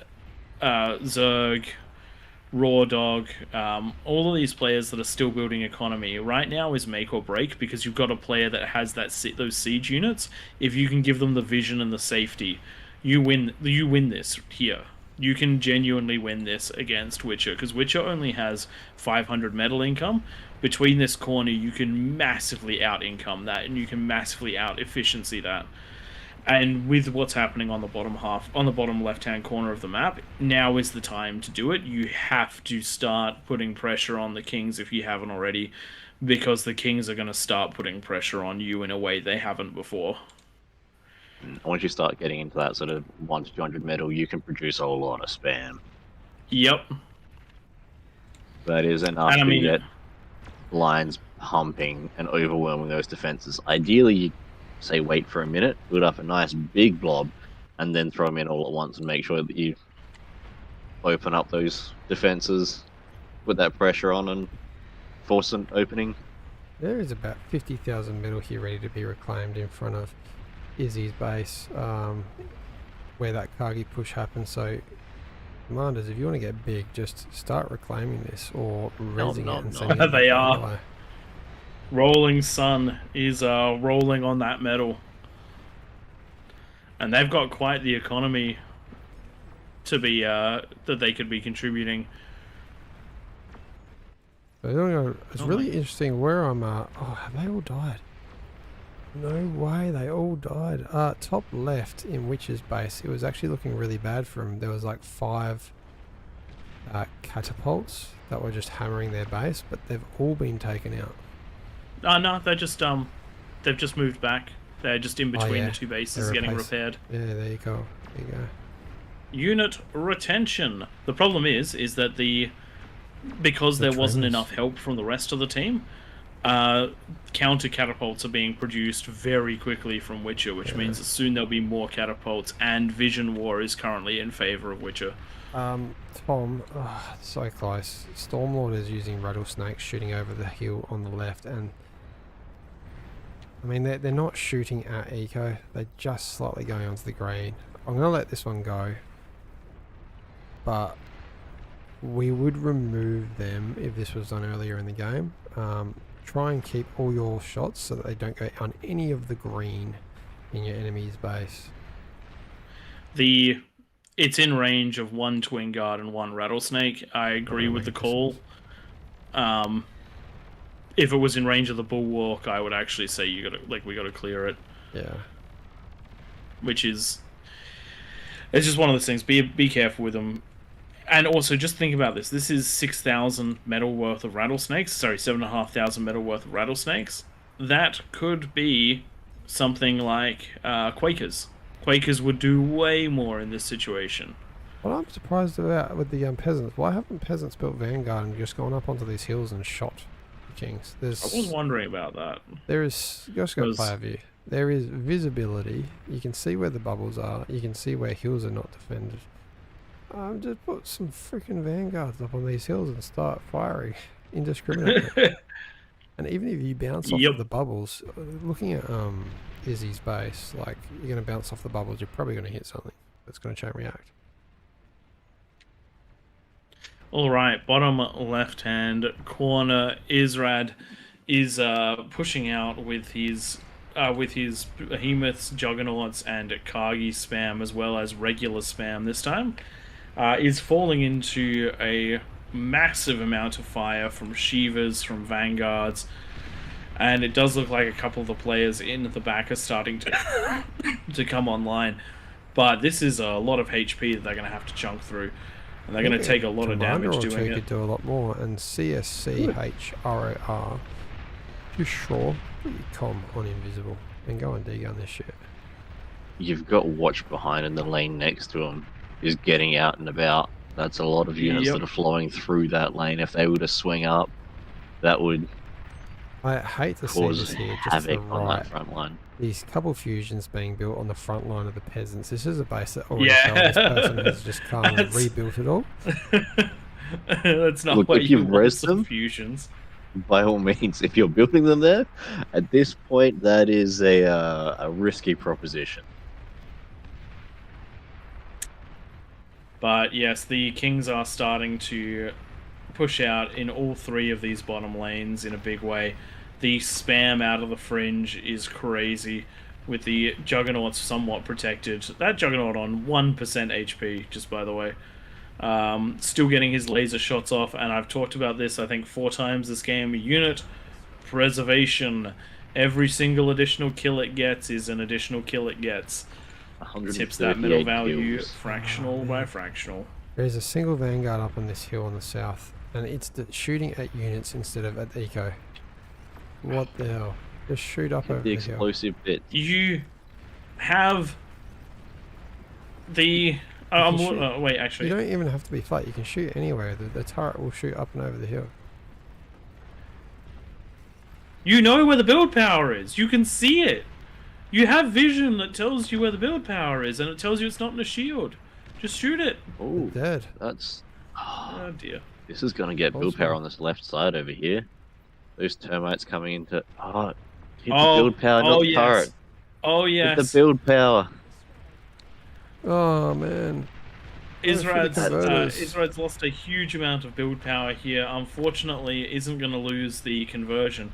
Could you imagine if they'd shot at the conversion?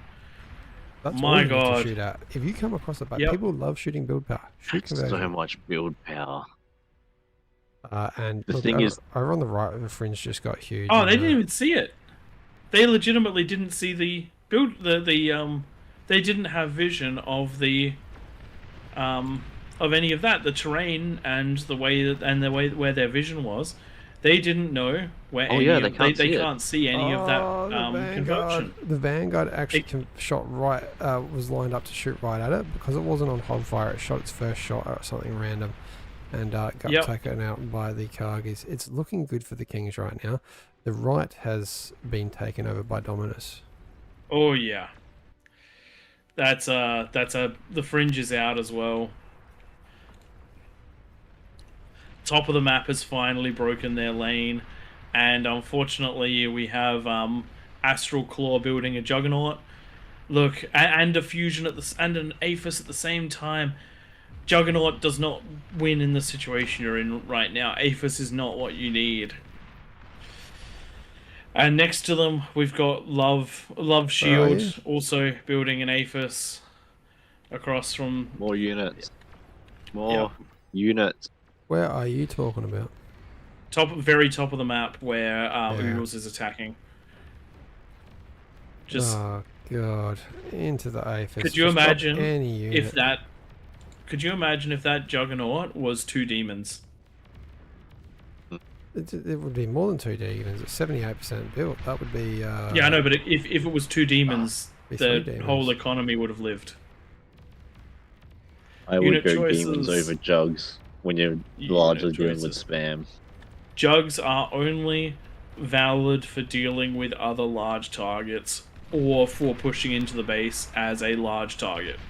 They're not a defensive. They're not really a defensive option. The cost is just too insane. People not reacting at all. Build your beamers. All that spam. Cut off, if you can, cut off where the reinforcements are coming from. If you can't get in position to help, then cut off the reinforcements. But the bottom of the map is just turning into a red tide. An unstoppable red tide. Rolling Sun now with the Juggernaut. I'd love to see that Juggernaut just walk all the way into the base. I cannot see a commander there for Izzy. I think it died pretty early on. So, yes it did. It got reclaimed right at the start. There's the tombstone. If that Jug just walks straight into the base, I think it will get close enough in to detonate and do the damage. Where are we talking about? Bottom left, Rolling Sun. The Rollings. Ah, yep. Yep. Just walk on in. Instead of Do defending it. with it.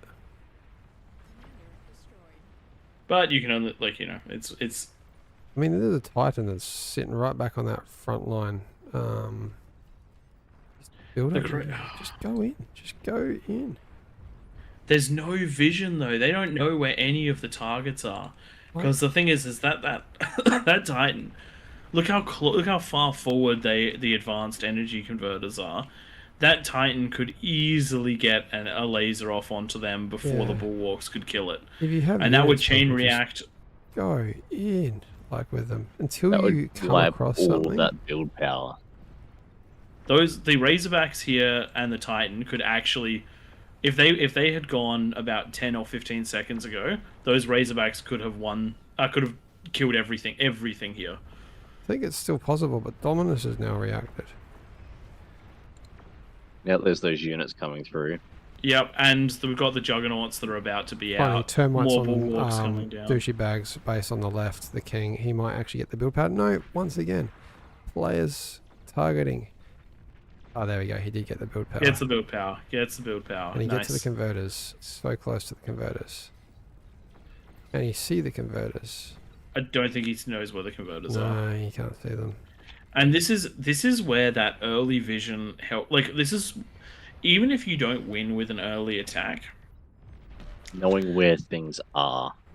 Oh, Yeah, man, makes a the big difference. Razorbacks only just going in now. If they went in before that Juggernaut came out. Why? and they're not actually going players in. They're just standing there. Just playing so. You know what? It is 100% who is in the middle and who is on the outside that determines these. We just see passive peasants. They don't win. We see passive kings. They don't win.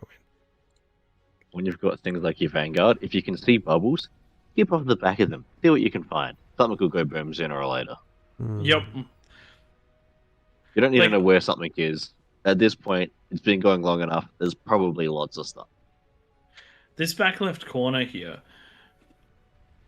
the amount of damage that could have been done if they went into like 10 or 12 vanguards 6 minutes ago. Plenty of economy to do it, wouldn't even have slowed them down that much. Just vanguards on the hill, just firing continuously at points in the map. You can overcome a shield. And by the But way, yeah, you someone can who's build gone catapults and long aim at range the back of these artillery. hills as well. That is true. You can, and I saw in one of the earlier games, someone basically targeted a point like this on the hill, that little spot there, and it spread rockets all over the place. It didn't destroy anything, lucky enough for the Kings, but if it had been the other mountain, it would have destroyed everything.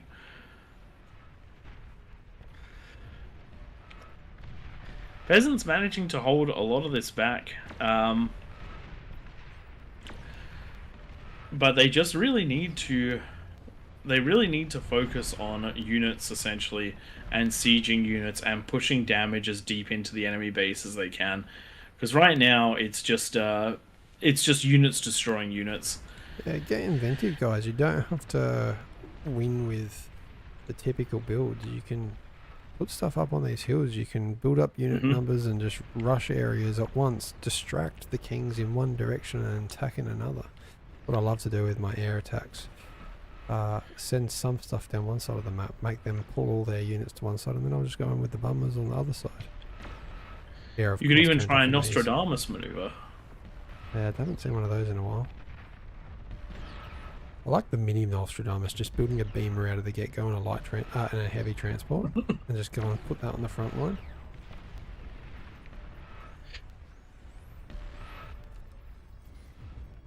You have a Kagi trying to make its way over the hill that's been spotted by ticks.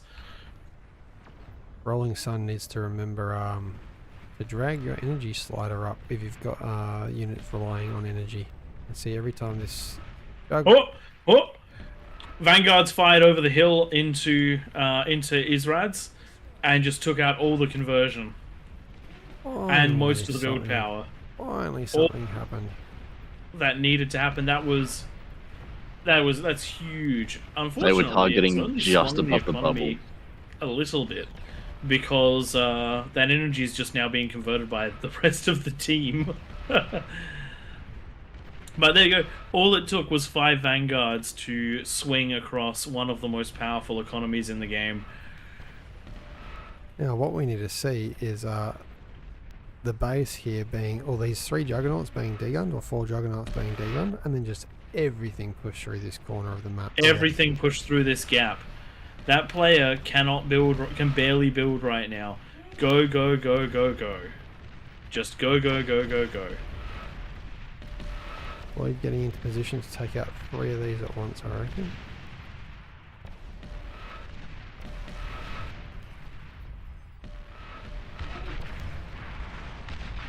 So good. And then Rolling Sun for another, and then if he gets this, he would be insane not to send his what's it called, his Everything. Juggernaut into the base.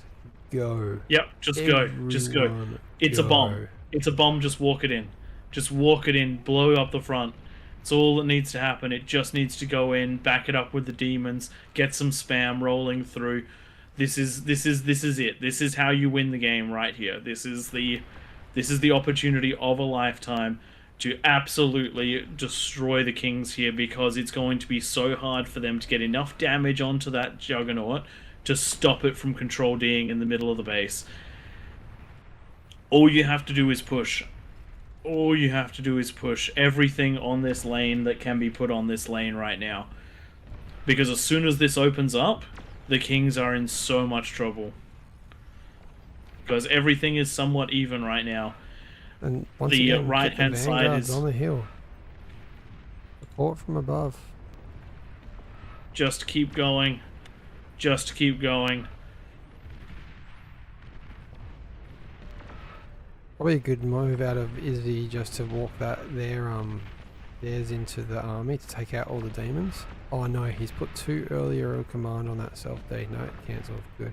It is gonna be destroyed by the bulwarks, but as long as those demons stay somewhat away from it and are that second wave to punch in, they will do absolutely fine. Just keep going. Where did the They vanguards have go? yeah, they've pulled back, and I think they've just seen a converter. I've seen it pinged. Yes, that's exactly what's happened. So the converters are going to get popped. There we go. One vanguard shooting up and over the hill. That is going to hit. That is a very good sign right here. That's going to take out another chunk of the income for Israd. Now down to mostly Aphis. Just gotta keep trying to push through over here. I did underestimate the damage that the bulwarks did, but Top right of the screen, they just- please leave Fish House Mike alone. He just gave us a 12-month subscription. His base is going down. Thanks for following Stereo MR1N. Those catapults are making their way in on that top lane. There's not too much left down there. Oh wow! Oh wow, top top lane lanes. has been destroyed as well. Missed that. Interesting. Looks like Vanguards again, almost as though the unit we've been telling people to build is useful. The vanguards and catapults there are just raining down.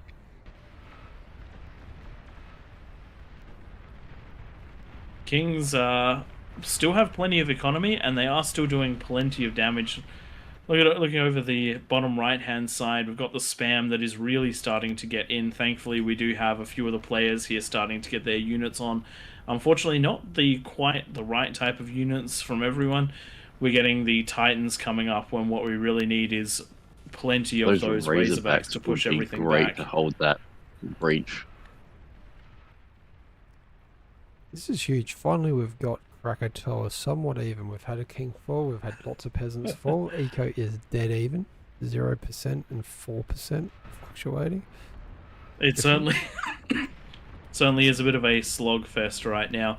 One of the things that's happening, Morning Phoenix firing on units, and I get it, helping the defense, but man, you got so much Vanguard here, you can punch through almost an unlimited number of shields. Just start firing into the centers of these bases. Bottom left-hand side. 25 Vanguards that are not firing onto, not trying to hit bases. All it takes is a bit of damage to punch in. There is easily, if these went up on the hill, yeah, God, they're actually targeting random units. But on the top right-hand side, the Doom push is just making its way around the map. The top of the map is doing so well, but they're about to lose everything from the right-hand side. Need to go invisible, and they're not going invisible, you can see there. And then 1x. Turn your commander around. D-gun at least one of those times. Get those D-guns on, because this push is going to end the game for the peasants if they can't stop it in a reasonable amount of time, because they need places to break into the enemy bases, and right now they just don't have them.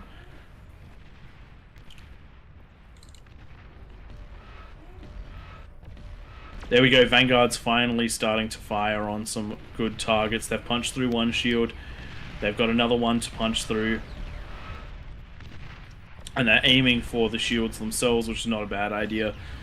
All it's going to take is a bit of an explosion to set chain reactions onto those, onto the build power. Once the build power is gone, there we go, build power is going down.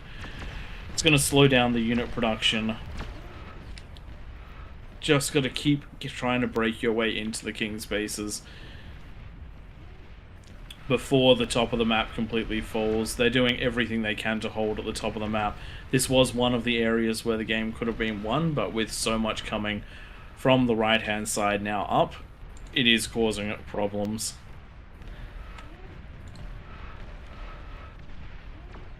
Double Jug heading in, or trying to head in from Rolling Sun, is pulling them back, trying to get some Jug kills of his own. I don't mind this so much while you've got the shelling happening from the vanguards, because the vanguards are a win condition right here, and there's not a lot here that is going to be stopping them. Has found the other shield location, is punching into the rest of the shields. All it's going to take is a little bit more build power going down. And there we go, that last shield is basically done for, and it should get rid of a lot of that build power, which will stop more shields from coming down.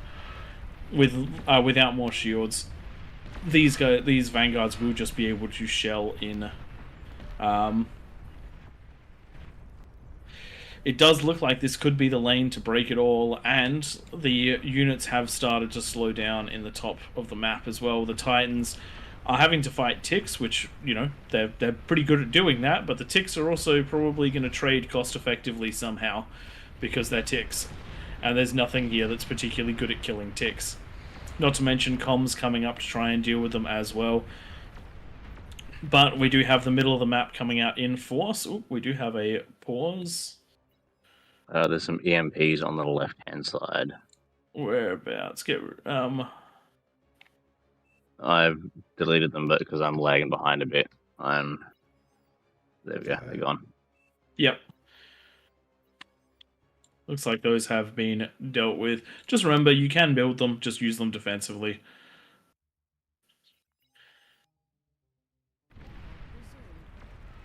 Use them to target units. That is what they exist for. Interesting on the bottom left, the rollings versus Izzy. Using Juggernaut to body block the other Juggernaut walking in closer. That's some it is. Oh, it didn't quite get the big explosion off. But the Vanguard's getting good damage in, starting to kill those bulwarks. They just have to keep pushing in. They have to keep doing the damage. Eventually, there will be enough to overwhelm this. But on the right-hand side, Watch Behind, who was so effectively sieged in, has finally managed to break out completely and is now putting pressure onto this bottom right-hand side. If this bottom right-hand side breaks, which could very well happen, it's only being defended by a handful of units and there's Kargis on the way. It means that defenses are going to have to be thrown this way from one of the more powerful corners, which is this bottom left-hand side, just before that critical moment when they could punch in. So this could end up being a very, very hard fought, but still king victory. It's just so close in this bottom corner, and it's a bit of a race against time. Can the peasants break in and find their way into the middle of the map before Juggernaut going down there? And these rolling father-son trio, the power of family. This next jug, there is not this much that's going to stop it. This one here is going to be able to take out these bulwarks, so I really hope that these you can see the control D has now been placed on it. These vanguards, if they start coming up and over the hill again, they probably can get themselves in range of the APHIS, which haven't been seen yet.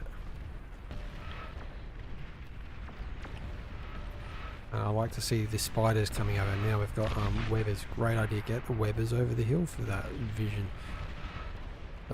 Scouting everything out. Slowly take them out. This base is essentially turned off. There's a very little bit of build power holding this down. This one jug has pulled back. If it does detonate, it's got 20% left. It will take out the last of that conversion. Do we have any more jugs coming in? I really hope Watch Behind's push to the left, which you can see he has queued everything to go to the left there, doesn't stop this push into the middle. If we had some Kargis mixed in with these vanguards, like a lot of Kargis, I mean, this would do a lot. Checking out the player view.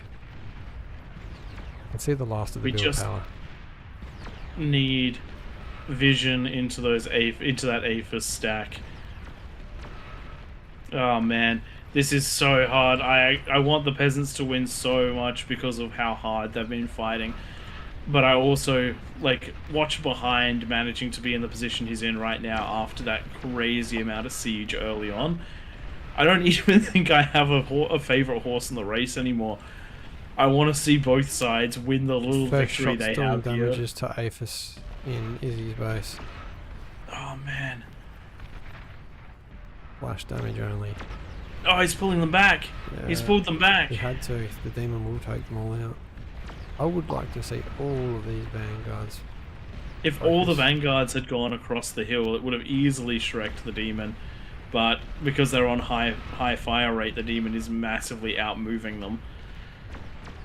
2 jugs, though, trying to push their way in. One of them being repaired by a huge amount of res bots.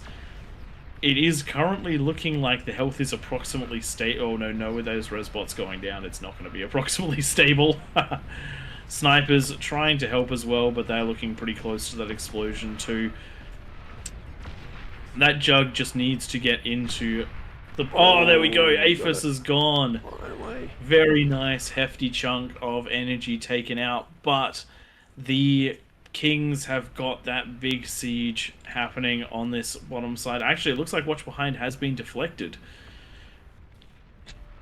So it looks like half of the map has turned into essentially half of the map versus the inside. But there is an open lane into the middle of the map. Can the peasants capitalize on this?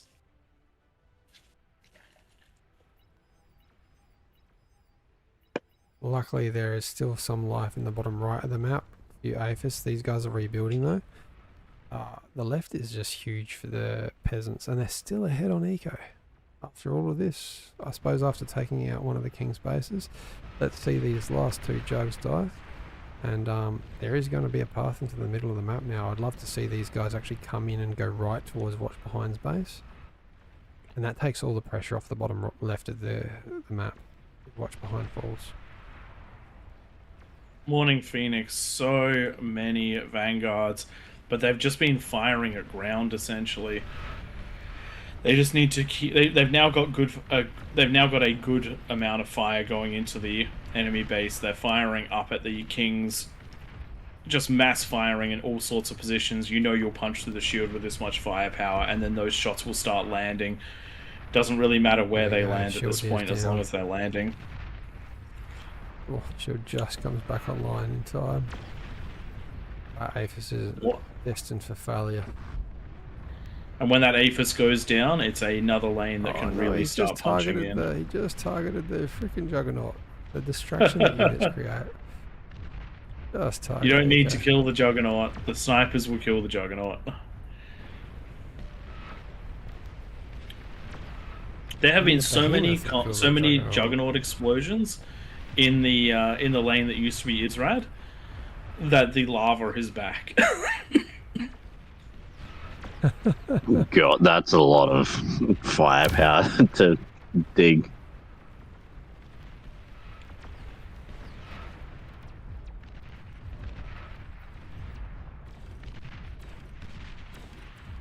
Go down to and there we go. The vanguards have finally stood upon the top of the hill, and they are starting to really fire down now. Douchey bags, Aphis. Does have backup eco on the hill. Has a ton of backup eco. 7 fusions and more. Aphis, I suppose, cannot be seen by a view.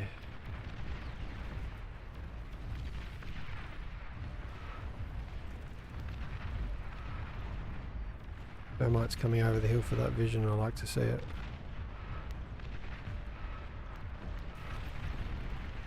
Being a nuisance because you're stopping one player from adding their might into the rest of the game. Yes, good to see as well. Rolling Sun sending their commander over to the right there to try and take on Watch Behind. It might get close enough. Having said that, no, wait, there are too many pulsars over there. He's doing the smart thing though of hugging the cliff so they get as few shots on as possible. I do think that Control D is a fraction early. There we go. Is coming around now. The pulsars all turning. 1, 2, 3. Com coming to try and take this one out. The Com should get in range just... No, keep walking forward, damn it!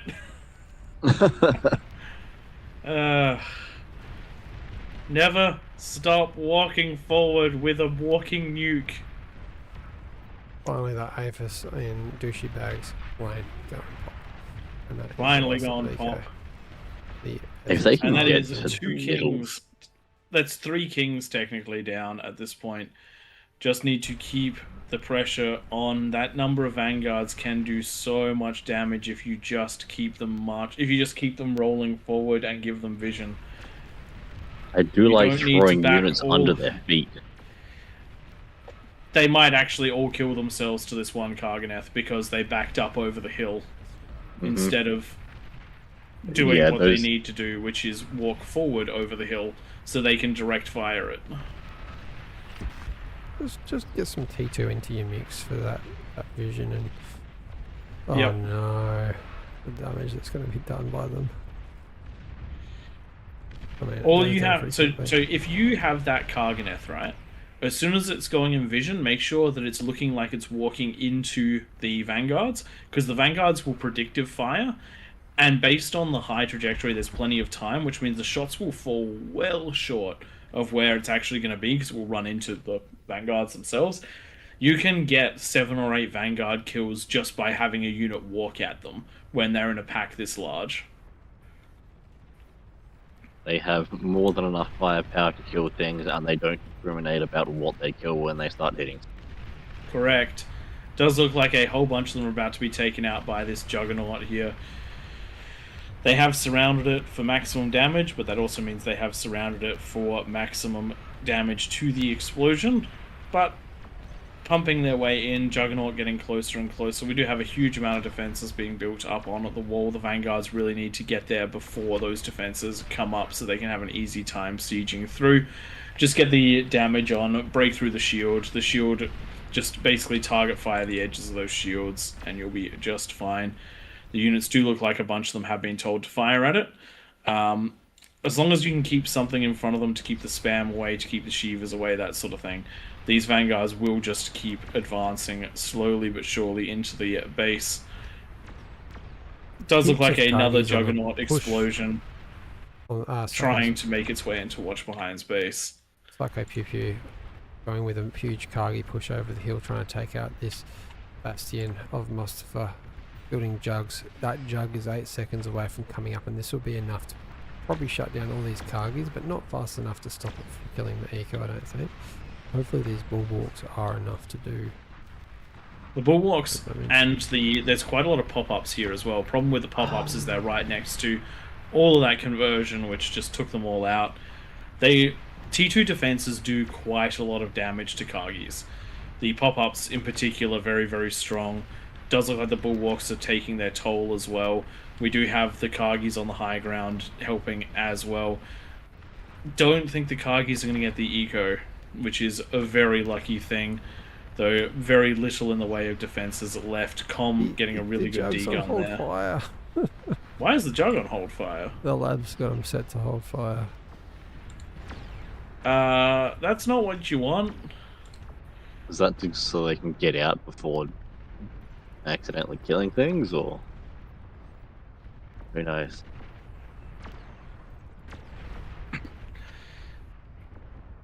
Man, the Vanguards are just in so much force here, but they are just spending so much firepower missing Karganeths.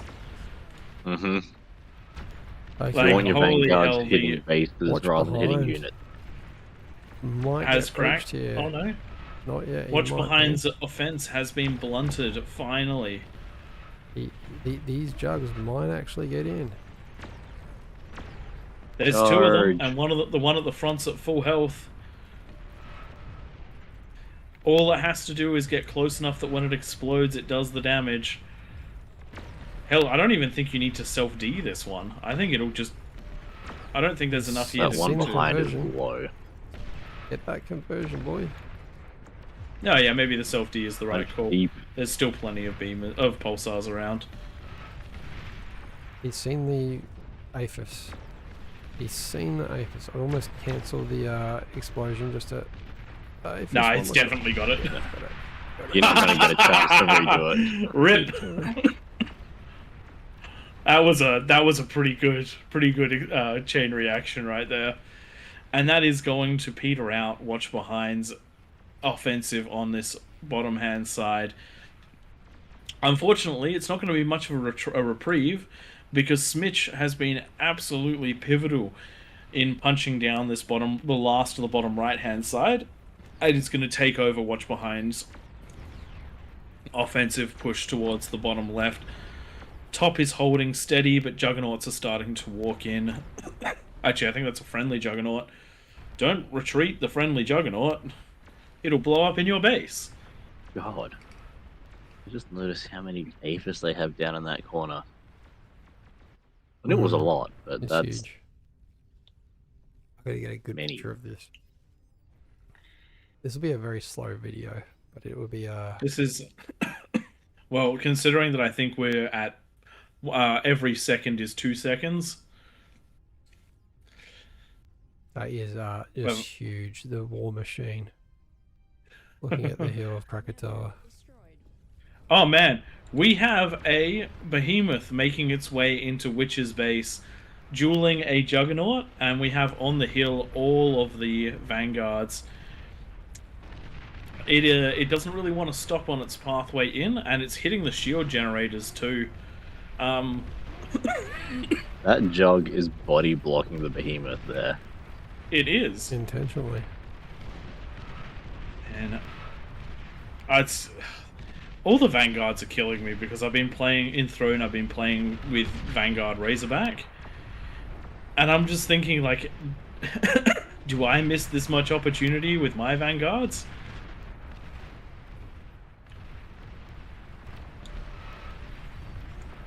But it does look like the Kings are under a absolutely crazy amount of siege right now, and they are just struggling. They are finding the weaknesses though. This top right-hand side, sorry, this top side, the Juggernaut is far enough back that it's going to grab a bunch of the conversion and build power if it does detonate. Doesn't look like there's enough here to actually stop the 2 Juggernauts that are here. So what happened to Watch Behind might be about to be what's happening to Mustafa. T2 coming over the walls in spiders. That's all getting cleaned up nice and easy. But something needs to change over here. Oh, Mustafa getting both of those Juggernauts with a D-gun. Well, with some D-guns. Nicely done there. And managing to get the comm out alive as well. But things need to change over here. Because every inch that's taken... Bottom left Vanguards are getting onto the middle. That Yeah, they are. Webbers have now scouted. That's nicely done. Someone must be Oh, listening. thank goodness. The Webbers getting up there and just giving the Vanguard something to shoot at, but the Vanguards are shooting at spam at the moment. It does look like they've been given the attack command to shoot up the hill, losing a shitload of them to the apologies, losing a lot of them to that Juggernaut in the middle of the pack just there, managing to walk in from the middle of the base. And this demon's Just gonna get that fire. Oh my god, that demon's gonna kill them all. Maybe not. Maybe not all of them. That's where you want your demon, right in the middle. Yep. These guys have full range and they're still within the range of the build power. Just keep shooting up there. One thing that I don't fully understand, what was the focus on Witcher when the middle of the map, when all of this spam coming through the cleared lane could have been used to assist these Vanguards, and we could have had double the number of Vanguards pushing towards the middle of the map? If you can get up the hill, punch into the middle. If the middle Middle falls, goes, it'll be game over. These are because you can attack everyone from behind. That's the tactic.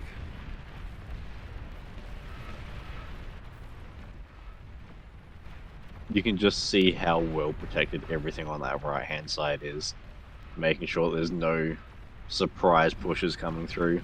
I'd love to see this left-hand lane, then left center, just 3 or 4 behemoths. Sorry, not behemoths, Juggernauts. Just walk straight into the middle of the map.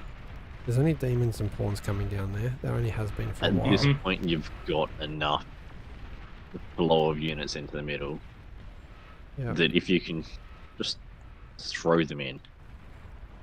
3 or 4 jugs would get there. And look how many jugs and titans are around the bottom left. They got 6 jugs, 6 titans down the bottom left coming to Gonna the be a right. slow push, but a behemoth can get up the hill. Yeah. Yep. It will Yeah, take a illustrate while, that. but you will get there. There you go. It can go up.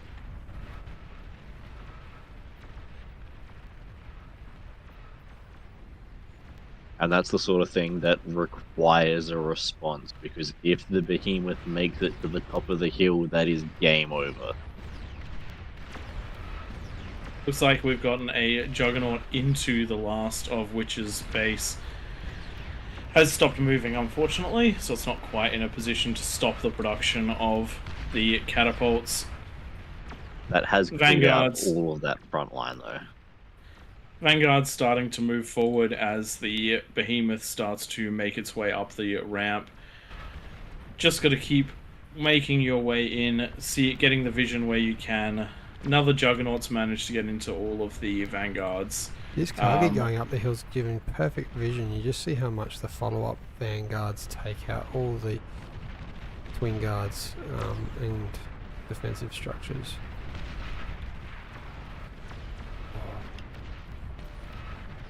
So many Vanguards going down pointlessly.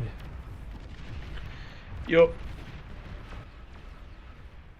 But Kings look like the Kings are really struggling here because there is a very large Titan attack coming on this bottom side of the map. 27 Titans, only 4 look to be on the peasant side, just trying to make their way straight down, just shoving themselves straight down the bottom of the map. Taking a lot of damage along the way, but there is plenty of unit here. Oh wow, the Juggernauts start their march in. I do think those Juggernauts might be on it. No, they are making their way in. Just need to keep finding the power, but they are very susceptible to D-guns because they don't have the spam support with them. I just wish they were sent straight through the lane that they were already winning in. Yep. That behemoth is slowly making its way up the hill. It's only lost 30% of its health. Unfortunately for the Kings team, behemoths are really, really, really tanky. And you need really, really high-powered things like beamers in order to deal with them. But it is completely unsupported. The Vanguards are no longer following it up the hill. So it's now approaching 50%, and it's a really slow walk. You can't just leave those things there. Juggernaut on the top of the hill, getting right inside all those Vanguards. A Control D right now on that Juggernaut would actually take out 35-odd Vanguards. That would be utterly devastating. Where are the follow-up shots? Webbers from STACU grabbing all of the reclaim in the map, getting all of those Juggernauts, absolutely boosting the peasants' economies. Does look like the attack on the bottom of the map has somewhat petered out here. Only 6 of the 27 Titans remaining. Juggernauts pumping their way in, a couple of them on low health. There is a watch behind comm, but it is getting shot at. Some vision. It is going to get the D-gun on one of those Juggernauts, but one is not enough. Does look like plenty of Jugs in here. They do still have some pulsars to punch through, but they are doing they're doing a pretty good job here of making their way in. Just adding more and more pressure that the Kings are going to have to deal with. It does look like that Behemoth has been dealt with. Took a while, but when it's unsupported, that is what's going to happen. Vanguards pumping damage in on this top left-hand side. Does look like the offensive at the top has slowed down quite a lot. It is just mostly stuck here. Juggernaut's coming one at a time, Shivas a couple at a time, lots of spam, but it's just not breaking through. This is where you need those.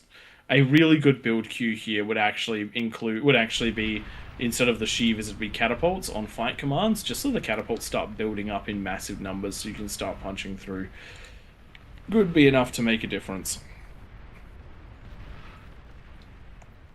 Catapults coming to try and deal with the Vanguards. Vanguards in a pretty good position to defend against the catapult shots, being on the vertical facing away from them. Where are we? Being able to get those high impact fires, but not a lot of vision in the way of... not a lot of vision for the peasants, so they can't actually see that the catapults are firing at them. You can, however, use blind fire tactics to get them. You can see where those missiles come from. but a good amount of damage coming in. Does look like some blind firing is happening into those units.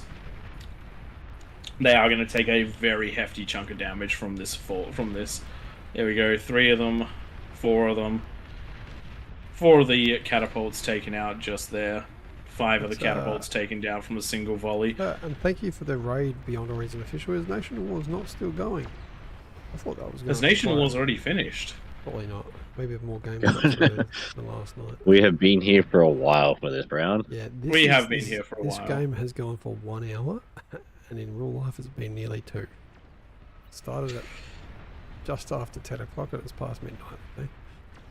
Catapults getting it pretty close here to the King's base from the bottom left-hand side. Having trouble finding a firing solution up on top of the hill. If they can, it will be very good though, because they have the because they do punch through those shields. Question is, what do the peasants and what do the Kings do to try and break through all of this? Because I think peasants need more cortex in their mix. They've got a lot of these long-range vanguards. They need catapults, Carganeths in the mix to go and scout the stuff ahead of them. I actually think the solution is just behemoths. I know they take forever to walk across the map, but so far we've seen 2 behemoths. One of them cracked Witcher, and the other one got 3/4 of the way into the base, into the middle of the base. Imagine if that had been 2 Carganeths. Oh, Juggernaut explosion on the left-hand side, just heading up into the middle of the base. It is about to go pop, and it's about to get a bunch of the shields, potentially the advanced converters and the agitators. There we go. Nice amount of damage done there. Shields chain reacting. Really good. There we go. That's a big chunk of damage just being done to the bottom left wing. This should potentially free something up. The Vanguard's now firing for greater effect. But yes, Cortex at the moment would be a lot of Cortex would be the answer, regardless of whether you go the Carganeth route or the Juggernaut route or the Behemoth route. You just need to find that damage up into the middle of the base. Because if you can take out that core, it's going to be GG for the Kings. You don't have to take out all of it, you just have to hit any of it. And just remember, if you kill the middle of the map, then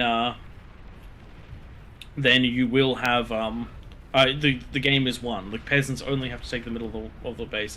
Thanks, Shadow Spike perk. My PC is one of my favorite things.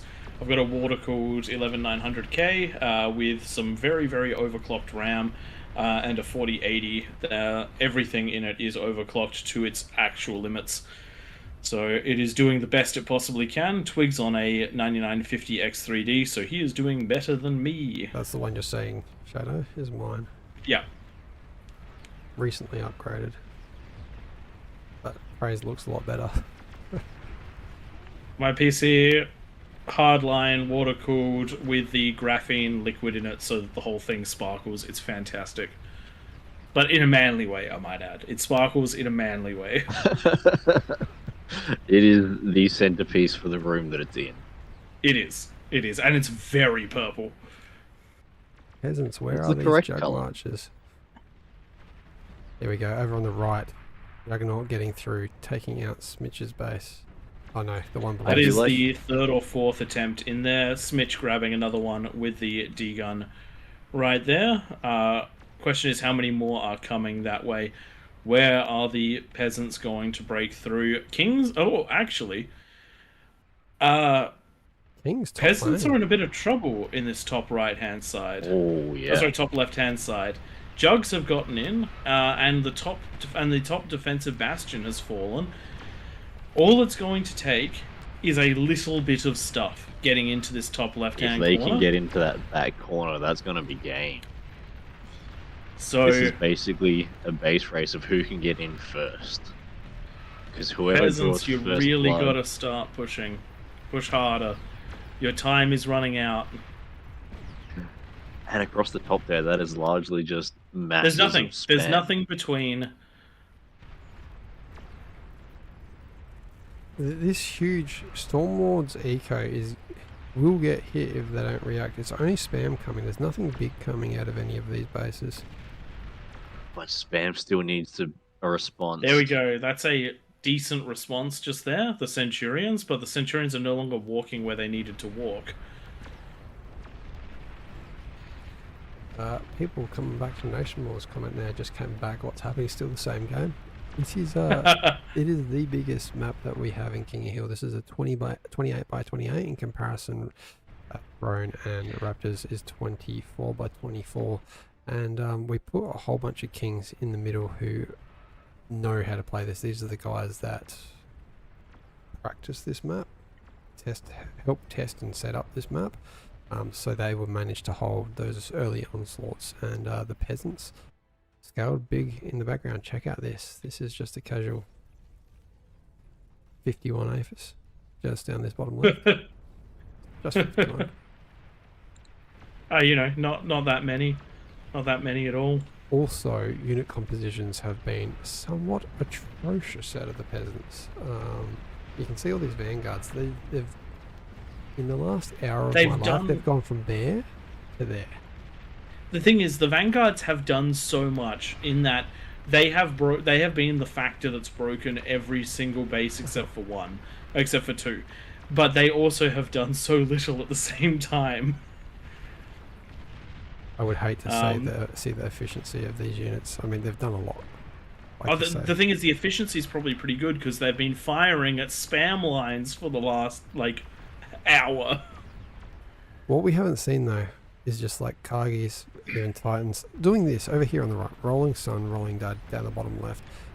Two Juggernauts walking in at the same time, and look how far those 2 units have gone in. Rolling Dad and Rolling Sun have been absolute MVPs of this game. They've been sending the right units to the right places. Yep, there's a couple of times where we reckon that there could have been a little bit more damage done based on a decision, but at the end of the day, they are making attacks that are having massive effect. They're using Juggernauts they're using Juggernauts essentially as walking bombs, and it is doing a fantastic job. They need to separate both of these so that D-guns aren't possible. Having said that, where is the closest commander? There's no D-guns coming, I don't think. Smart move out of whoever wrote that. That would be saying eat these. Smart eat them. But the missile's coming. The missile's coming. There it goes. There it goes. There it goes. Everything is gone. Oh, shit. Everything is gone. Don't make me wake up the baby. Rolling Dad, Rolling Sun. Oh my god. They finally made it up into the middle of the map. Their first Juggernaut assault onto the middle of the map was successful because the middle of the map has been basically undefended for the last 45 minutes. And that is economy falling from approximately equal down to 2,000 out of the kings, 10,000 for the peasants. There is absolutely no hope left for the kings. Their one big hope was this top left-hand side, but it was a really good reaction out of Raw Dog, who managed to grab all of those Centurions to deal with the spam, and then everybody else managed to get in there just in time. Juggernaut's taken out over here. Mustafa has been holding this point for basically the last hour of real game time, and he has not blinked. He's been assisted, of course, by Stormlord and other players, but this has been such a pivotal point that could not be broken, which meant that the kings just couldn't wrap around. And now the peasants are probably going to take a couple hours to clean this up because the vanguards won't walk forward. But very, very well done. Man, what a game! This was a very intense one for everyone involved. But once the blue tide started to wash in, and don't worry, guys, we'll do Raptor Crater again next week. But I'm going to bed after this one. Yeah. Oh, yeah. Still, I think this one actually showed what this map is capable of. And for those late game crazy to break defenses, this is the map for that. So This was very, very well done, and look at the map. The Kings broke half of the map, and they nearly broke the rest of it as well. Got close.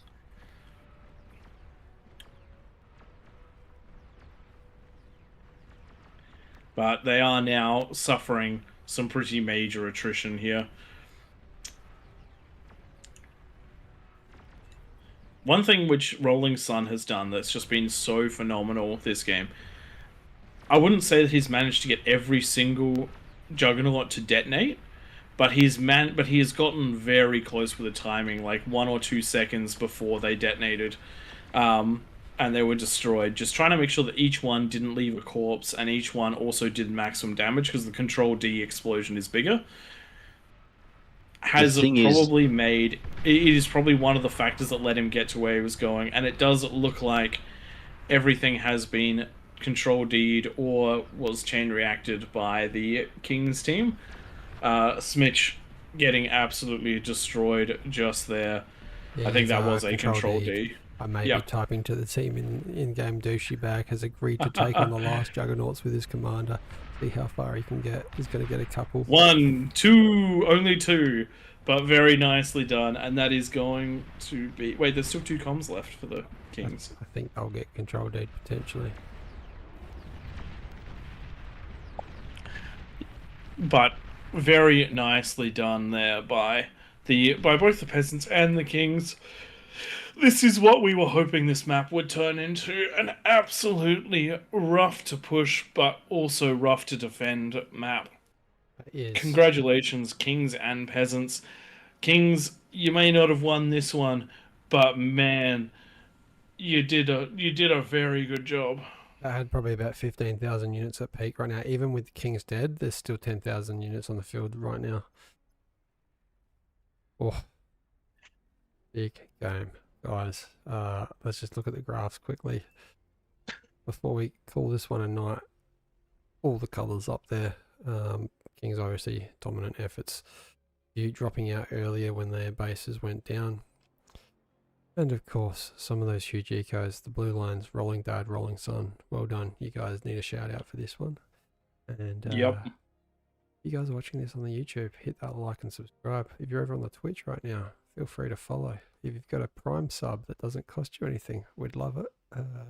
Maybe one day Tom will be able to keep up with this. He's still at the stage when I watch Behind Space. Tom's at 16 minutes in, so hasn't even seen the first T3 unit. All right, guys. Thank you so much for watching. We're going to jump over to the lobby, send this one into an after party, and we'll see you next Sunday at the same time. Thanks, everyone. Has been a pleasure, and I'm so glad that this one worked out well. We will catch you in the next one. All right. Going to pull up the lobby here. Or Tom, are you able to do that? Yeah, I can go through and do all that. I've posted it into the clearing lobby without clearing event rule.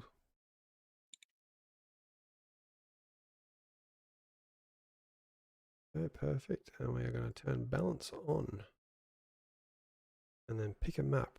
First person to say what map except for hooked. Do not say hooked. Get hooked every week. Tell me a map in the Twitch and we'll go to that map.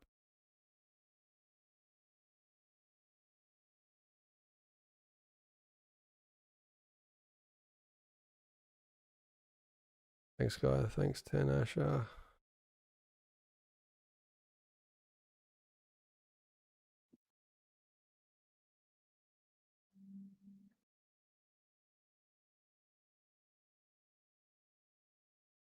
Okay, pick a map, pick a map. No one's telling me anything, so you guys are going to get about some extended glitters. We should go through and remove bonuses. That's probably a good idea. That's probably a good idea, yeah. I'll start from the bottom, I guess. Okay, I'll head up here and see what I can find. Before we go, any questions, guys? Any suggestions from the chat? Otherwise, you can go over to our Discord. I will go and drop a link there shortly. Don't know what happened there, but it looks like all the bonuses are gone. OP Nightmare. Gonna guess. Thanks, mate. Nice. Contradictory to his name. He's an absolute dream. Lobby crash. God. Whenever a random command happens, it seems to do that. Now, Nightmare will probably set another one up. I don't know. I'm sure he will. I'm going to go look for another Twitch channel to raid. If anyone else is streaming bar. If anyone's going to go stream after party, let us know now and we'll raid you. Otherwise, okay. Bit of strategy. Perfect. They were live with us earlier.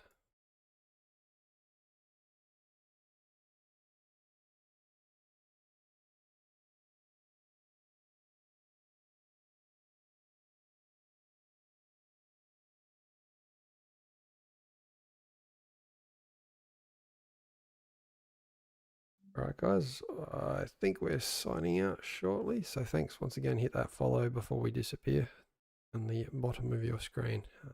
Really appreciate what you guys do, supporting us, getting involved, having fun.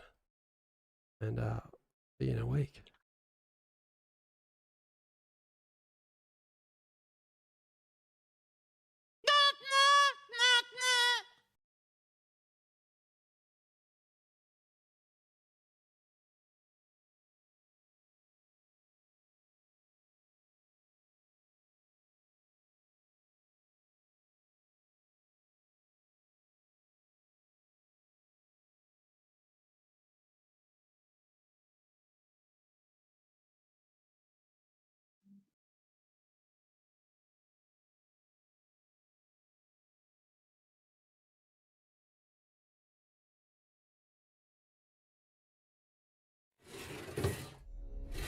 Beyond All Reason fans, welcome to King of the Hill by AllReasonNoLogic. Experience 2 or more teams facing off in epic scale war.